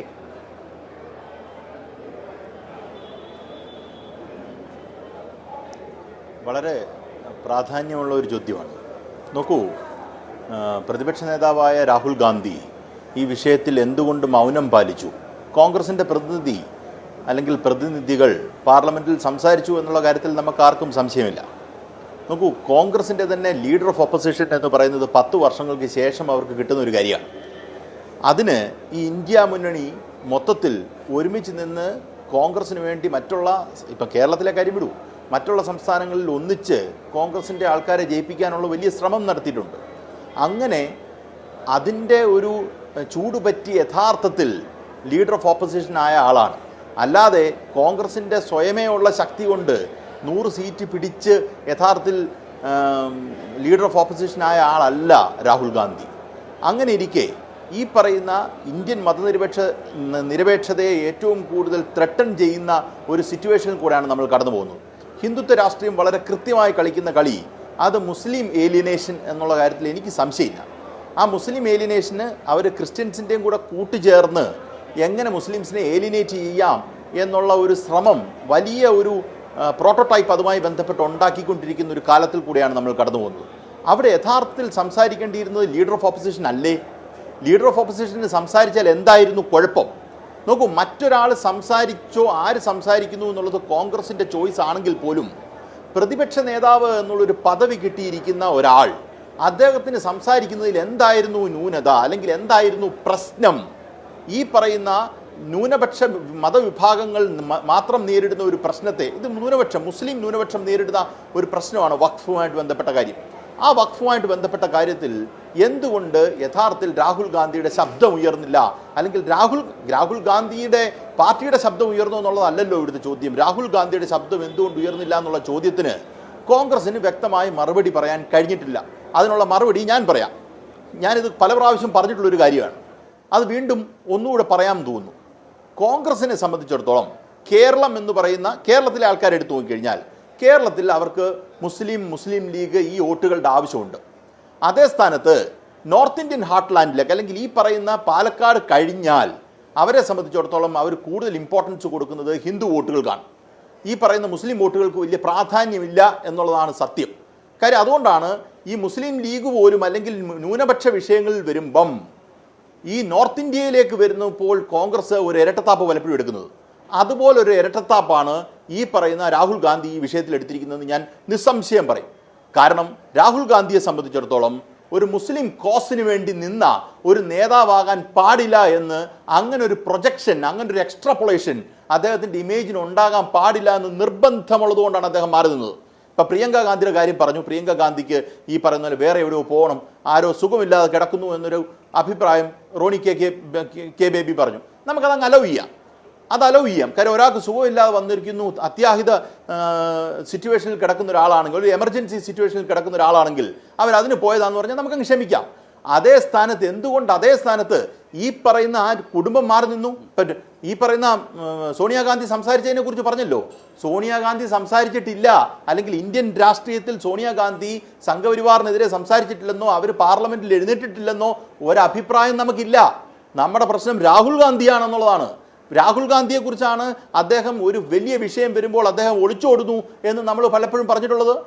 അതിന് കാരണം ഞാൻ ഇത് വളരെ കൃത്യമായിട്ട് പറയാം. വയനാട്ടിലേക്ക് നോക്കൂ. വയനാട്ടിൽ അദ്ദേഹം ആദ്യം മത്സരിക്കാൻ വന്നു, അത് കഴിഞ്ഞ് പ്രിയങ്ക ഗാന്ധി വന്നു. അപ്പോഴും നമ്മൾ ഈ മുസ്ലിം വിഷയം കണ്ടതാണ്. അവരെ സംബന്ധിച്ചിടത്തോളം മുസ്ലിം ലീഗിന്റെ പതാക പോലും ഉയർത്താൻ അവർ സമ്മതിച്ചിട്ടില്ല. ഇതേ പ്രശ്നമാണ് യഥാർത്ഥത്തിൽ ഈ പറയുന്ന ആൾക്കാർ അവിടെ നേരിടുന്നത്. അതുകൊണ്ട് വഖഫുമായിട്ട് ബന്ധപ്പെട്ടൊരു വിഷയം, അത് എക്സ്ക്ലൂസീവ്ലി ഒരു മുസ്ലിം വിഷയമാണെന്ന് അറിയാവുന്ന രാഹുൽ ഗാന്ധി അതിൽ നിന്ന് ഒഴിഞ്ഞു നിന്നു എന്നുള്ളതാണ് യഥാർത്ഥ രാഷ്ട്രീയം. ഇതിനകത്ത് എനിക്ക് ഒരു സംശയം പോലും ഇല്ല. ഇതിനകത്ത് എനിക്ക് മനസ്സിൽ കോൺഗ്രസ് സംസാരിച്ചു. കോൺഗ്രസിന് നയമുണ്ട്. വഖഫ് ബില്ലിനെതിരാണോ കോൺഗ്രസ് നിൽക്കുന്നത്? അതെ. പക്ഷെ അതല്ല ഇവിടുത്തെ പ്രശ്നം. നിങ്ങളുടെ ഏറ്റവും കോമ്പീറ്റന്റ് പേഴ്സണെയാണല്ലോ നിങ്ങൾ ലീഡർ ഓഫ് ഓപ്പോസിഷൻ ആക്കിയിരിക്കുന്നത്. ഇന്ത്യൻ രാഷ്ട്രീയത്തിൽ ഇപ്പോൾ കോൺഗ്രസിനെ സംബന്ധിച്ചിടത്തോളം കോൺഗ്രസ് പറയുന്നത് രാഹുൽ ഗാന്ധിയുടെ പുറകെ പോവുക, അല്ലെങ്കിൽ രാഹുൽ ഗാന്ധിയാണ് അവരുടെ എല്ലാം എന്ന് പറയുന്ന ഒരു സാഹചര്യത്തിൽ കൂടെയാണ് കോൺഗ്രസ് കടന്നു പോകുന്നത്. അങ്ങനെ ഇരിക്കെ ആ മനുഷ്യന് ഈ നാട്ടിലെ മുസ്ലിം മതവിഭാഗം നേരിടുന്ന ഒരു പ്രശ്നം വഖഫുമായിട്ട് ബന്ധപ്പെട്ട് അതിൻ്റെ ആക്ടിൻ്റെ ഇൻട്രിക്കസീസിലേക്ക് കടക്കണമെങ്കിൽ നമുക്ക് കടക്കാം, അല്ലെങ്കിൽ ഈ ബില്ലിൻ്റെ ഇൻട്രിക്കസീസിൽ കടക്കണമെങ്കിൽ നമുക്ക് കടക്കാം. പക്ഷേ അങ്ങനെ ഇരിക്കുമ്പോൾ തന്നെ ഈ പറയുന്ന ഒരു മുസ്ലിം കോസിന് എന്തുകൊണ്ട് he did not stand up എന്നുള്ളൊരു ചോദ്യമുണ്ട്. He did not stand up പുള്ളി എഴുന്നേറ്റു എന്ന് മാത്രം നമ്മളോട് പറയരുത്. അത് എഴുന്നേക്കാത്തത് വളരെ ജാഗ്രതയോടുകൂടിയുള്ള എഴുന്നേക്കാതിരിക്കലാണെന്ന് ഞാൻ ഉറപ്പിച്ചു പറയുന്നു. ഈ പറഞ്ഞ ബാക്കിയുള്ള ആൾക്കാരെ കുറിച്ച് പറഞ്ഞല്ലോ, നമ്മളെ CPM കുറിച്ച് പറഞ്ഞല്ലോ, ബാക്കിയുള്ള ആൾക്കാരെ കുറിച്ച് പറഞ്ഞല്ലോ. അവർക്ക് ഈ പ്രശ്നമില്ല എന്ന് പറഞ്ഞു കഴിഞ്ഞാൽ അവർ ഹിന്ദുവിനെയും മുസ്ലിമിനെയും ക്രിസ്ത്യാനിയെയും ഒക്കെ ഒരുപോലെയാണ് കാണുന്നത്. നോക്കൂ, ഇവിടെ ക്രിസ്ത്യൻ മതവിഭാഗം കേരളത്തിൽ പറഞ്ഞിരിക്കുന്നു, കുറേ ആൾക്കാരെങ്കിലും പറഞ്ഞിരിക്കുന്നുണ്ട്, വഖഫ് ബില്ലിനെ അനുകൂലിച്ചില്ലെങ്കിൽ അതിന് റിപ്രക്കഷൻസ് ഉണ്ടാവും. നമ്മളാരെങ്കിലും മൈൻഡ് ചെയ്തോ? അത് മൈൻഡ് ചെയ്യാൻ പറ്റില്ല. കാര്യം നമ്മൾ രാഷ്ട്രീയ നിലപാടെടുക്കുമ്പം ഏറ്റവും ജയിക്ക് പറഞ്ഞ പോലെ ഏറ്റവും വലിയ ശബ്ദത്തിൽ നമ്മൾ കാര്യങ്ങൾ പറഞ്ഞ് മനസ്സിലാക്കേണ്ട കാര്യമുണ്ട്. അതുകൊണ്ടാണ് നമ്മൾ ഇന്നത്തെ ചർച്ചയ്ക്കകത്ത് പറയുന്നത് ഇവിടുത്തെ ക്രിസ്ത്യൻസ് എടുത്ത നിലപാട് ഒരു റിഗ്രസീവ് നിലപാടാണെന്ന് നമുക്ക് അവരെ ഓർപ്പിക്കാൻ വേണ്ടിയാണ് നമ്മൾ ഇന്ന് അവിടെ ആക്രമിക്കപ്പെട്ടതിനെ കുറിച്ച് പറഞ്ഞത്. അങ്ങനെ ഇവരെ പറഞ്ഞ് ബോധ്യപ്പെടുത്തി യഥാർത്ഥത്തിൽ സംഘപരിവാറിന്റെ പാളയത്തിൽ നിന്ന് ഇപ്പുറത്തോട്ട് വലിച്ചുകൊണ്ടുവരാനുള്ള രാഷ്ട്രീയ പ്രവർത്തനമാണ് നമ്മൾ നടത്തേണ്ടത്. അവിടെ ആരാണ് സംസാരിക്കേണ്ടത്? കേരളത്തിൽ ഇങ്ങനൊരു അവസരം കിട്ടുമ്പം, നിയമസഭയിൽ ഒരു അവസരം കിട്ടുമ്പം സംസാരിക്കേണ്ട പിണറായി വിജയനാണോ, അല്ലെങ്കിൽ അവിടുത്തെ ഏറ്റവും താഴെ നിൽക്കുന്ന ഒരു നേതാവാണോ? പിണറായി വിജയൻ തന്നെ സംസാരിക്കണം. അദ്ദേഹം എഴുന്നേക്കുമെന്ന് എനിക്ക് ഉറപ്പുണ്ട് എന്ന് പറയുന്നത് പോലെ രാഹുൽ ഗാന്ധിക്ക് അതുമായി ബന്ധപ്പെട്ട കൃത്യമായ ഉത്തരവാദിത്വം ഉണ്ടായിരുന്നു. ആ ഉത്തരവാദിത്വം അദ്ദേഹം പാലിച്ചിട്ടില്ല എന്നുള്ളത് കേരളീയർ അറിയേണ്ടതായിട്ടുണ്ട് എന്ന് തന്നെയാണ് എനിക്ക് തോന്നുന്നത്. അത് നമ്മൾ അടിയുറച്ച് പറയേണ്ടതായിട്ടുണ്ട്. ശരി, ഓക്കെ. അതായത് റോണി, അതായത് പ്രതിപക്ഷ നേതാവ് എന്ന നിലയിൽ രാഹുൽ ഗാന്ധിക്ക് കൃത്യമായ ഉത്തരവാദിത്വം ഉണ്ടായിരുന്നു, അത് അദ്ദേഹം നിറവേറ്റിയില്ല. ആ സീരീസിലാകെ അദ്ദേഹത്തിൻ്റെ പെരുമാറ്റം ശ്രദ്ധിക്കൂ. പലപ്പോഴും അദ്ദേഹത്തിൻ്റെ പ്രവർത്തനങ്ങളുമായി ബന്ധപ്പെട്ട് വലിയ ചർച്ചകൾക്കൊക്കെ ഇടവരുത്തിയിട്ടുണ്ട്. അതൊക്കെ നമുക്ക് തൽക്കാലം വിടാം. പക്ഷേ ഇന്ന് അദ്ദേഹം രാജ്യത്തിൻ്റെ പ്രതിപക്ഷ നേതാവാണ്. അവിടെ അദ്ദേഹം ഈ ബില്ല് 12 മണിക്ക് അവതരിപ്പിക്കുന്നു. കേന്ദ്ര സർക്കാർ എങ്ങനെ എത്രമാത്രം ആസൂത്രിതമായി ഇത് ചെയ്യുന്നു എന്ന് അറിയുമ്പോൾ അത് കണക്കാക്കി അതിനനുസരിച്ച് ഇപ്പുറത്ത് പ്രതിപക്ഷത്തെ അണിയിച്ചൊരുക്കി സജ്ജമാക്കി ഫ്ലോർ മാനേജ്മെൻറ്റ് ഏറ്റവും മികവോടെ കൊണ്ടുപോകേണ്ട ഒരു കാലത്ത് എപ്പോഴാണ് പ്രതിപക്ഷ നേതാവ് എത്തിയത്? ഇന്നലത്തെ ഈ ചർച്ചയിൽ ഡൽഹിയിൽ നിന്ന് ഞങ്ങളുടെ റിപ്പോർട്ടർ സിബി പറയുകയാണ് വൈകിയാണ് എത്തിയത് എന്ന് പറഞ്ഞപ്പോൾ വന്ന കോൺഗ്രസ് പ്രതിനിധി വളരെ അല്പം അരിശത്തോടെ പറഞ്ഞു 38ാമത്തെ മിനിറ്റിൽ പ്രതിപക്ഷ നേതാവ് അവിടെ ഉണ്ട് എന്ന് പറഞ്ഞാൽ 38ാമത്തെ മിനിറ്റ് എപ്പോഴാണെന്നറിയോ? 11 മണിക്ക് സഭ ആരംഭിക്കുന്നു, 12 മണിക്ക് ബില്ല് അവതരിപ്പിക്കുന്നു, 12:38 ആ കോൺഗ്രസ് പ്രതിനിധി പറഞ്ഞത് വെച്ചാണെങ്കിൽ 12:38 രാജ്യത്തിൻ്റെ പ്രതിപക്ഷ നേതാവ് സഭയിലേക്ക് എത്തുന്നത്. എന്താണ് ആ പ്രതിപക്ഷത്തെക്കുറിച്ച് ധരിക്കേണ്ടത്? എന്ത് ഫ്ലോർ മാനേജ്മെൻ്റ് ആണെന്നാണ് ഈ രാഷ്ട്രീയത്തിനൊക്കെ പുറത്ത് നിൽക്കുന്ന മനുഷ്യർ എന്ത് തരം കോൺഫിഡൻസ് ആണ്, എന്ത് രാഷ്ട്രീയ ആത്മവിശ്വാസമാണ് അതിലൂടെ പകരാൻ കഴിഞ്ഞിട്ടുള്ളത്? പിന്നീട് 14 മണിക്കൂർ ചർച്ച പാതിരാത്രിയും കടന്ന് ബില്ല് വോട്ടിനിട്ട് പാസ്സാക്കുന്നു. ആ ഘട്ടങ്ങളിൽ ഒരിടത്തും പ്രതിപക്ഷ നേതാവ് സംസാരിച്ചിട്ടില്ല. അപകടകരമായ വർഗീയതയാണ് കേന്ദ്ര സർക്കാർ നടപ്പാക്കുന്നത്, രാജ്യത്ത് നടപ്പാക്കുന്നത്. ഇത് തികഞ്ഞ ന്യൂനപക്ഷ വിരുദ്ധതയാണ്. മുസ്ലിം വഖഫ് ബില്ല് എന്ന് പറയുന്നത് മുസ്ലിമിനെ ലക്ഷ്യം വെച്ച് ചെയ്യുന്നു എന്ന് പറയുമ്പോൾ അത് അവിടെ മാത്രം നിൽക്കുന്നതല്ല.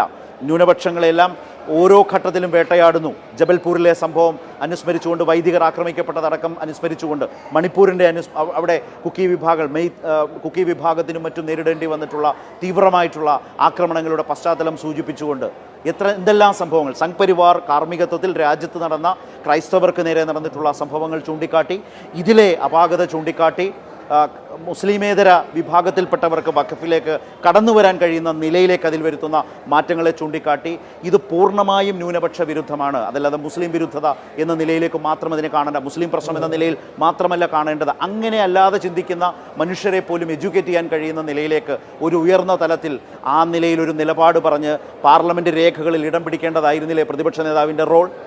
എന്തുകൊണ്ട് അദ്ദേഹം അത് ചെയ്തില്ല എന്ന് ചോദിച്ചാൽ ആ ചോദ്യത്തിന് വലിയ മാനങ്ങളുണ്ട് റോണി. അത് കേരളത്തിലെ UDFനെ വെട്ടിലാക്കിയിട്ടുണ്ട്. മുസ്ലിം ലീഗിൻ്റെ അവസ്ഥ ആലോചിച്ച് നോക്കൂ, നിങ്ങളെ പിന്തുണയ്ക്കുന്ന SDPയുടെ അവസ്ഥ ആലോചിച്ച് നോക്കൂ, ജമാഅത്തെ ഇസ്ലാമിയുടെ അവസ്ഥ ആലോചിച്ച് നോക്കൂ, അവരെ പിന്തുണയ്ക്കുന്ന ചാനലുകൾ ഇന്ന് ഈ വിഷയത്തിൽ എടുക്കുന്ന നിലപാടുകളും വാർത്തകളും പരിശോധിച്ച് നോക്കൂ. അപ്പോൾ ഇത് സമൂഹത്തിൽ വലിയ പ്രശ്നമാണ്. നിശ്ചയമായും ഒരു പ്രതിപക്ഷത്തെ തന്നെ ആകെ ദുർബലപ്പെടുത്തുന്ന വിധത്തിലേക്ക് ഒരു പ്രതിപക്ഷ നേതാവ് മാറിയെങ്കിൽ അത് അദ്ദേഹത്തിൻ്റെ മാത്രം വ്യക്തിപരമായ പ്രശ്നവുമല്ല. അദ്ദേഹം പ്രതിദാനം ചെയ്യുന്ന രാഷ്ട്രീയം അത്രമേൽ ദുർബലമാണ്. വർഗീയതയ്ക്കെതിരായ പോരാട്ടത്തിൽ നേരത്തെ ജയ്ക്ക് പറഞ്ഞ് അവസാനിപ്പിച്ച ഇടത്ത് ആ ചോദ്യമുണ്ട്. ലളിതമായ ചോദ്യം എന്ന് പറഞ്ഞ ഏറ്റവും ശക്തമായ ചോദ്യമാണ് ജയ്ക്ക് അവതരിപ്പിച്ചു വെച്ചത്. റോണിയുടെ അവസരം മറുപടി പറയേണ്ടതാണ് ഈ വിഷയങ്ങൾ. നമുക്ക് അതിനകത്ത് കൃത്യമായിട്ടുള്ള മറുപടിയുണ്ട്. ഇന്ത്യയിലെ നൂറുകണക്കിന് മാധ്യമങ്ങളുണ്ട്, ദേശീയ തലത്തിലും സംസ്ഥാന തലത്തിലും പ്രാദേശിക തലത്തിലും ഒക്കെ പ്രവർത്തിക്കുന്ന. ഞാൻ മനസ്സിലാക്കുന്നത് കൈരളി TV അല്ലാതെ മറ്റൊരു ചാനലും ഈ ഒരു വിഷയത്തിൽ ഇങ്ങനെ ഒരു ചർച്ചയിലേക്ക്, കാരണം ഇന്ന് കൈരളി TV, ഞാൻ ഒരുപാട് തവണ കൈരളി TVയുടെ ചർച്ചയിൽ വന്നിട്ടുണ്ട്. ശക്തമായ ദേശീയ രാഷ്ട്രീയ വിഷയങ്ങളിൽ, വർഗീയ സ്വഭാവമുള്ള വിഷയങ്ങളിലൊക്കെ ശക്തമായ നിലപാടുകൾ നമ്മൾ സംസാരിച്ചിട്ടുണ്ട്.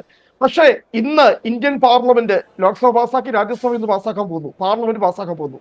രാജ്യത്തെ ഏറ്റവും വലിയൊരു കരിനിയമം പാർലമെന്റ് പാസ്സാക്കുമ്പോൾ നമ്മൾ സ്വാഭാവികമായിട്ടും ഇന്ന് ആർജവത്തോടെ അതിശക്തമായി നമ്മൾ ഇന്ന് ചർച്ച ചെയ്യേണ്ടിയിരുന്നത് ആ വഖഫ് വിഷയവുമായി ബന്ധപ്പെട്ട, വഖഫ് നിയമവുമായി ബന്ധപ്പെട്ട വിഷയമായിരുന്നു. ഞാൻ വളരെ കൃത്യമായി തന്നെ ഞങ്ങൾക്ക് ഇതിനകത്ത് മറുപടിയാണ്. ഞാൻ ശരത്തെ വളരെ കൃത്യമായി തന്നെ ഞാൻ അതിനകത്ത് രാഷ്ട്രീയമായിട്ടുള്ള ഒരു കാപട്യവും ഇല്ലാതെ ഞാൻ തുറന്നു തന്നെ ഞാൻ സംസാരിക്കാം. ലോക്സഭയിൽ ഞങ്ങൾക്ക് 3 MPമാർക്കാണ് സംസാരിക്കാൻ അവസരം കിട്ടിയത്. 3 സംസ്ഥാനങ്ങളാണ് 2026 തെരഞ്ഞെടുപ്പിലേക്ക് പോകുന്നത്. 1 കേരളം, 2 ബീഹാർ, 3 ആസാം. അങ്ങേക്ക് ആസാമിലെ അവസ്ഥ അറിയാം. അവിടെ തരുൺ ഗൊഗോയ് ഞങ്ങളുടെ ലോക്സഭ ഉപനേതാവാണ്. രാഹുൽ ഗാന്ധി കഴിഞ്ഞാൽ 2ാമത്തെ നേതാവാണ് തരുൺ ഗൊഗോയ്. അദ്ദേഹത്തിന്റെ ഭാര്യ അല്ലെങ്കിൽ അദ്ദേഹത്തിന്റെ ഭാര്യയ്ക്കെതിരെ രാജ്യദ്രോഹ കുറ്റത്തിന് സഹിതം അവിടെ ആസാമിലെ സർക്കാർ കേസെടുത്തിരിക്കുകയാണ്. ഹിമന്ത ബിശ്വ ശർമ്മയുടെ സർക്കാർ. അവർ പാകിസ്ഥാൻ ഏജന്റ് ആണെന്നും ഒക്കെയുള്ള ആക്ഷേപം ഉന്നയിച്ച ഒരു കോൺഗ്രസ്സുകാരുടെ ഭാര്യയ്ക്കെതിരെ നോക്കണം. ആത്മാഭിമാനത്തെ പോലും ചോദ്യം ചെയ്ത രീതിയിൽ രാജ്യദ്രോഹിയാണെന്നുള്ള രീതിയിൽ ചാർത്തപ്പെട്ട് അദ്ദേഹത്തെ അവിടെ വേട്ടയാടുമ്പോൾ വളരെ കൃത്യമായി, കാരണം അടുത്ത തെരഞ്ഞെടുപ്പിൽ ഞങ്ങളാണ് ഫൈറ്റ് ചെയ്യാൻ പോകുന്നത്. ആസാമിൽ BJPയുടെ വർഗീയ രാഷ്ട്രീയം, കാരണം ഗുജറാത്തും ഉത്തർപ്രദേശും കഴിഞ്ഞാൽ 3ാമത് BJPയുടെ ഹിന്ദുത്വ രാഷ്ട്രീയത്തിന് പരീക്ഷണശാല എന്ന് പറയുന്നത് ആസാമാണ്. ആ ആസാമിൽ നേർക്കുനേർ പോരാട്ടത്തിലാണ്.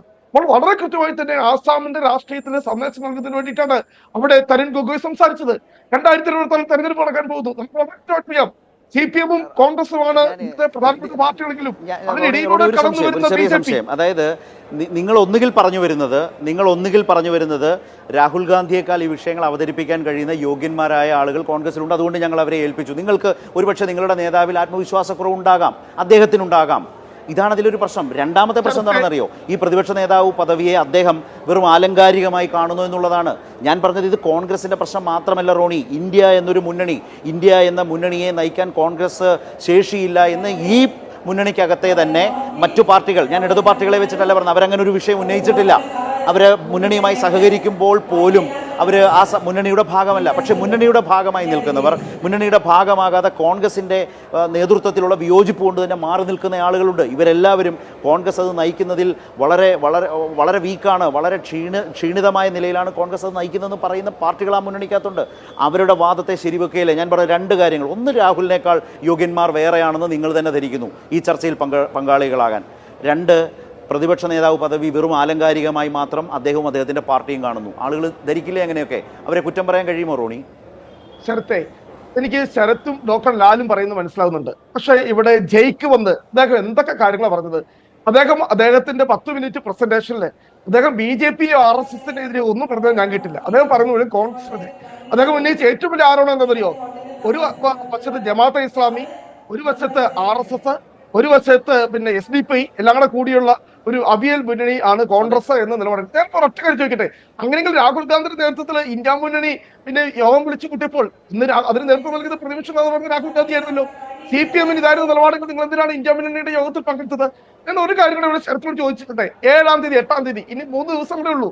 ഗുജറാത്തിൽ നമ്മുടെ AICC സമ്മേളനം നടക്കാൻ പോവുക. നിങ്ങൾ മധുരയിൽ പാർട്ടി കോൺഗ്രസ് നടത്തിയെങ്കിൽ ഞങ്ങള് 25 വർഷമായി ഹിന്ദുത്വ രാഷ്ട്രീയത്തിന്റെ ഏറ്റവും വലിയ നെരിപ്പോടായിട്ടുള്ള ശക്തി കേന്ദ്രമായിട്ടുള്ള അവിടെ എത്രമാത്രം ക്രൂരമായിട്ടാണ് മതന്യൂനപക്ഷങ്ങളെ ചവിട്ടി എരിച്ചമർത്തി അവരുടെ കൃത്യമായ സന്ദേശം ഈ രാജ്യത്തിൽ നൽകാൻ പോവുക. കാരണം എന്താ? BJP-യെ നേർക്കുനേർ അവരുടെ മടയിൽ ചെന്ന് നേരിടാൻ ശക്തിയുള്ള പ്രസ്ഥാനം അവിടെ രാഹുൽ ഗാന്ധി പ്രസംഗിക്കുന്നേ. ലോക്സഭയിൽ നിങ്ങൾ പ്രസംഗിച്ചില്ലെങ്കിൽ നിങ്ങൾ പറഞ്ഞു അവിടുത്തെ രാഹുൽ ഗാന്ധി പ്രസംഗം കഴിയട്ടെ, അതുകൊണ്ട് നമുക്ക് ചർച്ച ചെയ്യാം. അപ്പോൾ ശരത്തിനെ ഈ ചർച്ചയിൽ വിളിക്കണം. കൈരളി TV നമ്മുടെ AICC-യുടെ സമ്മേളനം ഇനി 2-3 ദിവസമേ ഉള്ളൂ. 7-ാം തീയതി 8-ാം തീയതി നടക്കാൻ പോവുക. കൃത്യമായി തന്നെ ഗുജറാത്തിൽ ഇവിടെ സിംഗത്തിനെതിരെ മടയിൽ പോയി വെല്ലുവിളിക്കുക എന്ന ദൗത്യം ഏറ്റെടുത്തോളം തന്നെയാണ് ഞങ്ങൾ പറഞ്ഞത്. പക്ഷെ ജയിക്ക് ഇവിടെ പറഞ്ഞ കാര്യം ഞാൻ ഒറ്റ കാര്യം പറഞ്ഞേ, ഇവിടെ ജയിക്കിനെ ഞാൻ വെല്ലുവിളിക്കുക. നിങ്ങളുടെ പാർട്ടി കോൺഗ്രസ് പാസ്സാക്ക്. BJP RSS ഫാസിസ്റ്റ് ആണോ?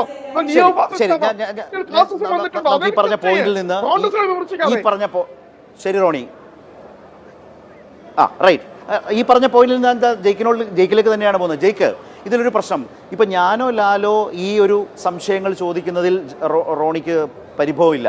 സ്വാഭാവികമായി അത് പ്രതീക്ഷിക്കുന്നു എന്നാണ് അതിനർത്ഥം. പക്ഷേ ജയിക്ക് എന്ന് പറയുന്ന CPIM-ൻ്റെ നേതാവ്, അല്ലെങ്കിൽ ഈ ചർച്ചയിൽ CPIM-നെ പ്രതിനിധീകരിച്ചുകൊണ്ട് ആ നിലയിൽ പ്രതിപക്ഷ നേതാവിനെ വിമർശിക്കുന്നത് ഇന്ത്യ മുന്നണിയുടെ ഒരു പൊതു പരിസരത്ത് നിന്ന് ആലോചിക്കുമ്പോൾ അദ്ദേഹത്തിന് അത് അത്രമേൽ സുഖകരമായി തോന്നുന്നില്ല എന്നാണ് പറഞ്ഞത്.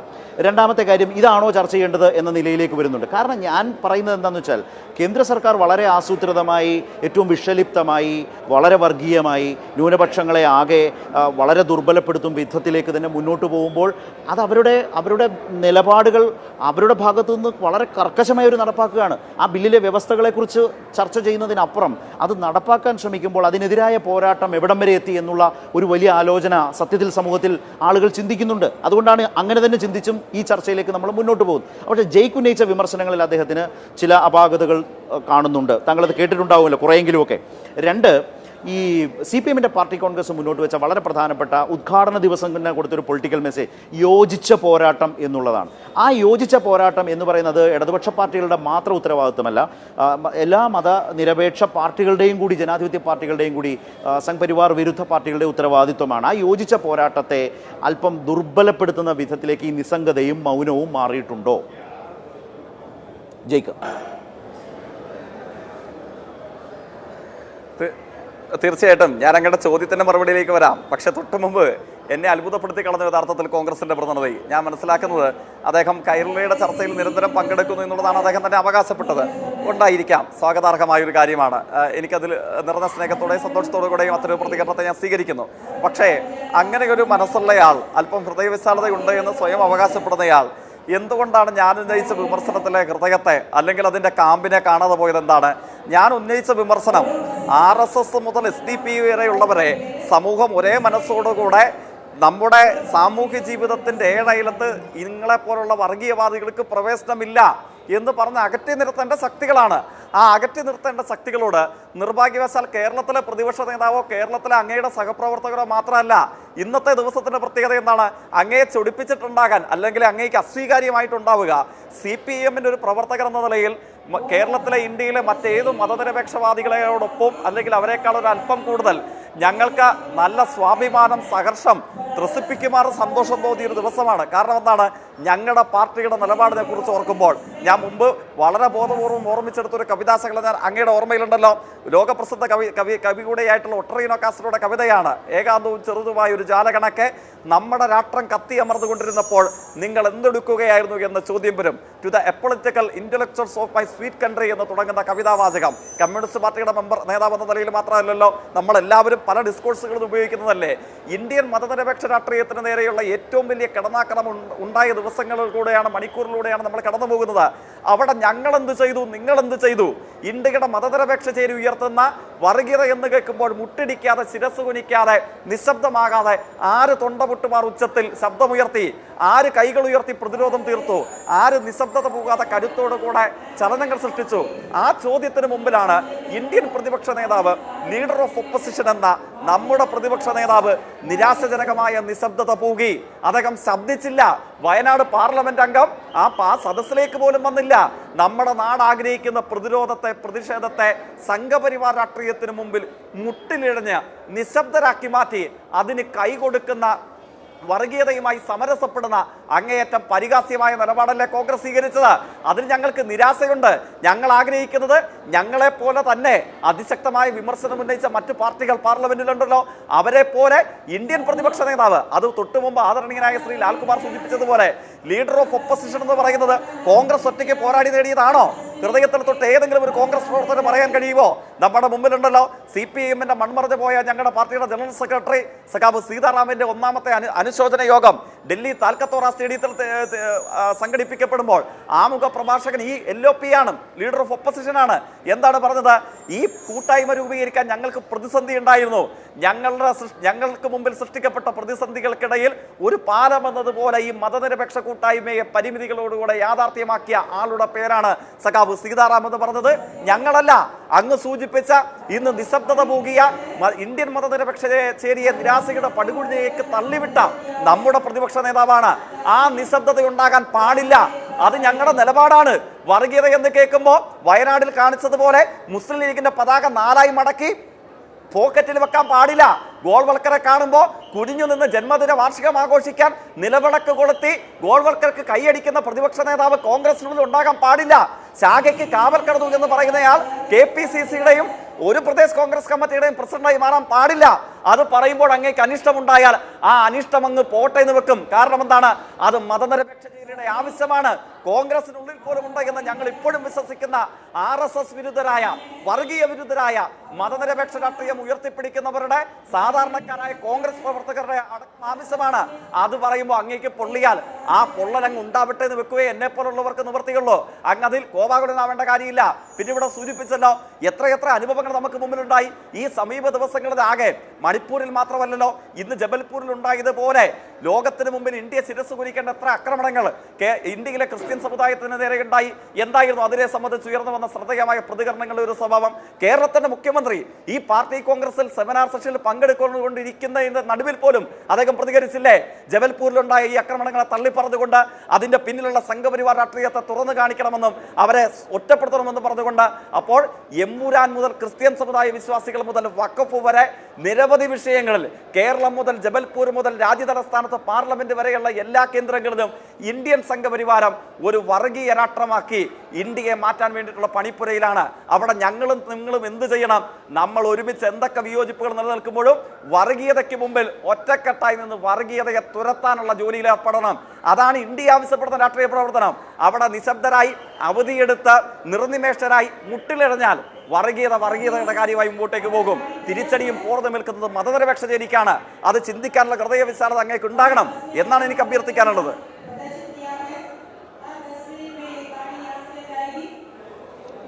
ലാൽകുമാർ, ഇപ്പോൾ ഈ പറഞ്ഞതിൻ്റെ പശ്ചാത്തലത്തിൽ നമ്മൾ ചിന്തിക്കേണ്ട ഒരു കാര്യം, വളരെ ശക്തമായ നിലയിലുള്ള ഒരു യോജിച്ച പോരാട്ടം, അത് പാർലമെൻറ്റിനകത്താകട്ടെ പുറത്താകട്ടെ ഇന്ത്യൻ പ്രതിപക്ഷത്തിൻ്റെ വലിയ ഉത്തരവാദിത്വമാണ്. കാരണം അത്ര ശക്തമായി തന്നെയാണ് വർഗീയ അജണ്ടകളുമായി, തീവ്ര ഹിന്ദുത്വ അജണ്ടകളുമായി അത് ഭരണത്തിലൂടെ നിയമമായി നടപടികളായി ഈ രാജ്യത്തെ ആകെ ആ നിലയിലേക്ക് മാറ്റി തീർക്കാനുള്ള നടപടി. ഇപ്പോൾ കേവല ഭൂരിപക്ഷമൊക്കെ കിട്ടാതെ പിടിച്ചു നിർത്താൻ ഇന്ത്യ മുന്നണിക്ക് കുറേയൊക്കെ കഴിഞ്ഞെങ്കിലും എന്നിട്ടും രൂപീകൃതമായ ഒരു മുന്നണി സംവിധാനത്തിലൂടെ തന്നെ RSSൻ്റെ അജണ്ടകൾ, RSSൻ്റെ 100-ാം വർഷമാണ്, ആ വർഷത്തിൽ ആ അജണ്ടകളിലൂടെ തന്നെ മുന്നോട്ട് പോകാൻ കഴിയുന്നു. ഘടകകക്ഷികളായിട്ടുള്ളവരെയൊക്കെ നിശബ്ദരാക്കിയും അവർക്ക് വേണ്ടതിലധികം കൊടുത്തുമൊക്കെ ആ മുന്നണിയെ പരിപാലിച്ചു നിർത്തുന്നു, ഭരണത്തെ ഉറപ്പിച്ചു നിർത്തുന്നു. അങ്ങനെ ഉറപ്പിച്ചു നിർത്തിക്കൊണ്ട് അവരുടെ തീവ്ര ഹിന്ദുത്വ അജണ്ടകൾക്ക് ഒരു വിട്ടുവീഴ്ചയും ഇല്ലാത്ത വിധം മുന്നോട്ട് കൊണ്ടുപോകുന്നു.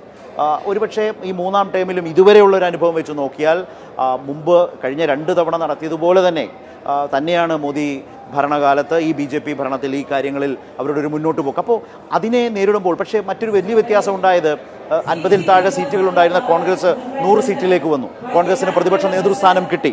ഇന്ത്യ മുന്നണിയുടെ ആകെ സീറ്റുകൾ വർദ്ധിച്ചു. ഇതൊക്കെ ഉണ്ടാകുമ്പോഴും കോൺഗ്രസ് എന്ന പാർട്ടി BJPയുടെ തീവ്ര ഹിന്ദുത്വ വർഗീയ നിലപാടുകളെ അത് ഭരണത്തിലൂടെ പുതിയ അപകടകരമായ നിയമങ്ങളായി മാറുമ്പോൾ അത് ഈ ന്യൂനപക്ഷങ്ങൾ ഏതുമാവട്ടെ, അത് മുസ്ലിം ആവട്ടെ ക്രൈസ്തവരാകട്ടെ, നമ്മുടെ മുമ്പിൽ ഇപ്പോൾ ജയിക്ക് പറഞ്ഞ ജബൽപൂരിൽ വൈദികർ ഒരു ജനക്കൂട്ടം വളഞ്ഞാക്രമിക്കുകയാണ്, ബൈബിൾ കൈവശം വെച്ചതിന് ജയിലിൽ അടയ്ക്കുന്നു, കോടതി ആശ്ചര്യപ്പെട്ടു. ഇന്ന് MP-മാർ ദില്ലിയിൽ വാർത്താ സമ്മേളനത്തിൽ അതേക്കുറിച്ച് പറയുന്ന അവസ്ഥയുണ്ടായി. അപ്പോൾ ഇത് ഒരു മുസ്ലിമിൻ്റെ പ്രശ്നം മാത്രമല്ല, ക്രൈസ്തവൻ്റെയും പ്രശ്നമാണ്.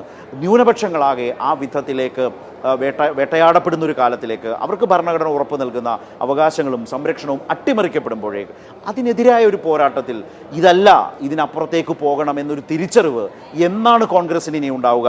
ആ ഒരു തിരിച്ചറിവിലേക്ക് ആ പാർട്ടിയെ അല്ലെങ്കിൽ രാഹുൽ ഗാന്ധിയൊക്കെ അടങ്ങുന്ന നേതൃത്വത്തെ മാറ്റിയെടുക്കാൻ കഴിയുന്ന നിലയിൽ ആളുകൾ, നേതാക്കൾ അല്ലെങ്കിൽ അങ്ങനൊരു ഗൗരവം ആ പാർട്ടിക്കുണ്ടോ എന്നാണ് കോൺഗ്രസ് അത് പഠിച്ചെടുക്കുക?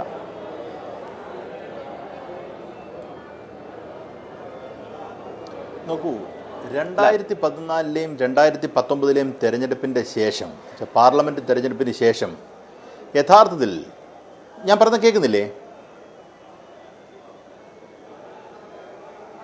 കേൾക്കുന്നുണ്ടോ? പറഞ്ഞോളൂ. കേൾക്കാം. ഞാൻ പറയുന്നത് കേൾക്കത്തില്ലേ? 2014-ലും 2019-നും ശേഷം യഥാർത്ഥത്തിൽ കോൺഗ്രസിന് സംഭവിച്ചത് ഞാൻ പറയുന്നുണ്ട്. കോൺഗ്രസിന് ഒരു ക്രിട്ടിക്കൽ മിനിമം നമ്പർ ഇല്ലായിരുന്നു എന്നുള്ളത് ഒരു വലിയ പ്രശ്നമാണ്.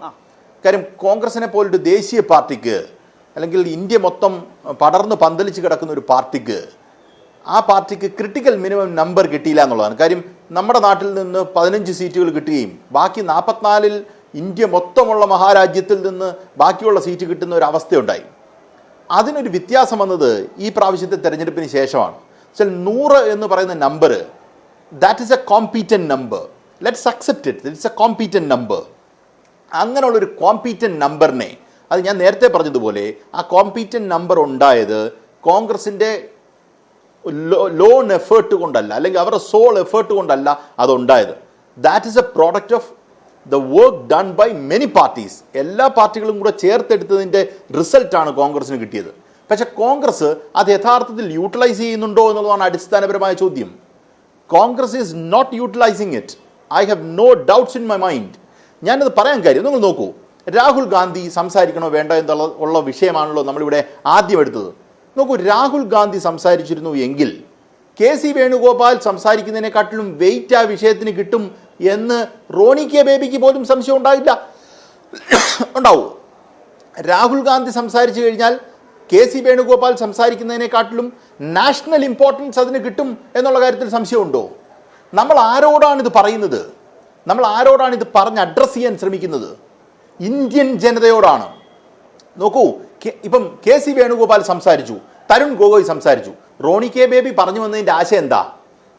സംസ്ഥാനത്ത് തെരഞ്ഞെടുപ്പ് എടുപ്പുണ്ട്, അതുകൊണ്ട് അവിടുത്തെ നേതാക്കന്മാർ സംസാരിച്ചു. കോൺഗ്രസിന് ഈ പരോക്കിയലായിട്ടുള്ള സ്വാഭിത താല്പര്യങ്ങൾ സംരക്ഷിച്ചെടുക്കാൻ അവിടുത്തെ തെരഞ്ഞെടുപ്പ് വരുന്ന ആൾക്കാരെ കൊണ്ട് സംസാരിപ്പിച്ചു. അതല്ലേ സംഭവം? അതല്ലേ റോണി കെ ബേബിയുടെ വാക്കുകൾ എടുത്തു കഴിഞ്ഞാൽ അതല്ലേ സത്യം? നമ്മൾ ഒരു വിഷയത്തിൽ സംസാരിക്കേണ്ടത് ഏറ്റവും കോമ്പീറ്റന്റ് ആയ ആൾക്കാരെ കൊണ്ടാണെന്നാണ് ഞാൻ പറയുന്നത്.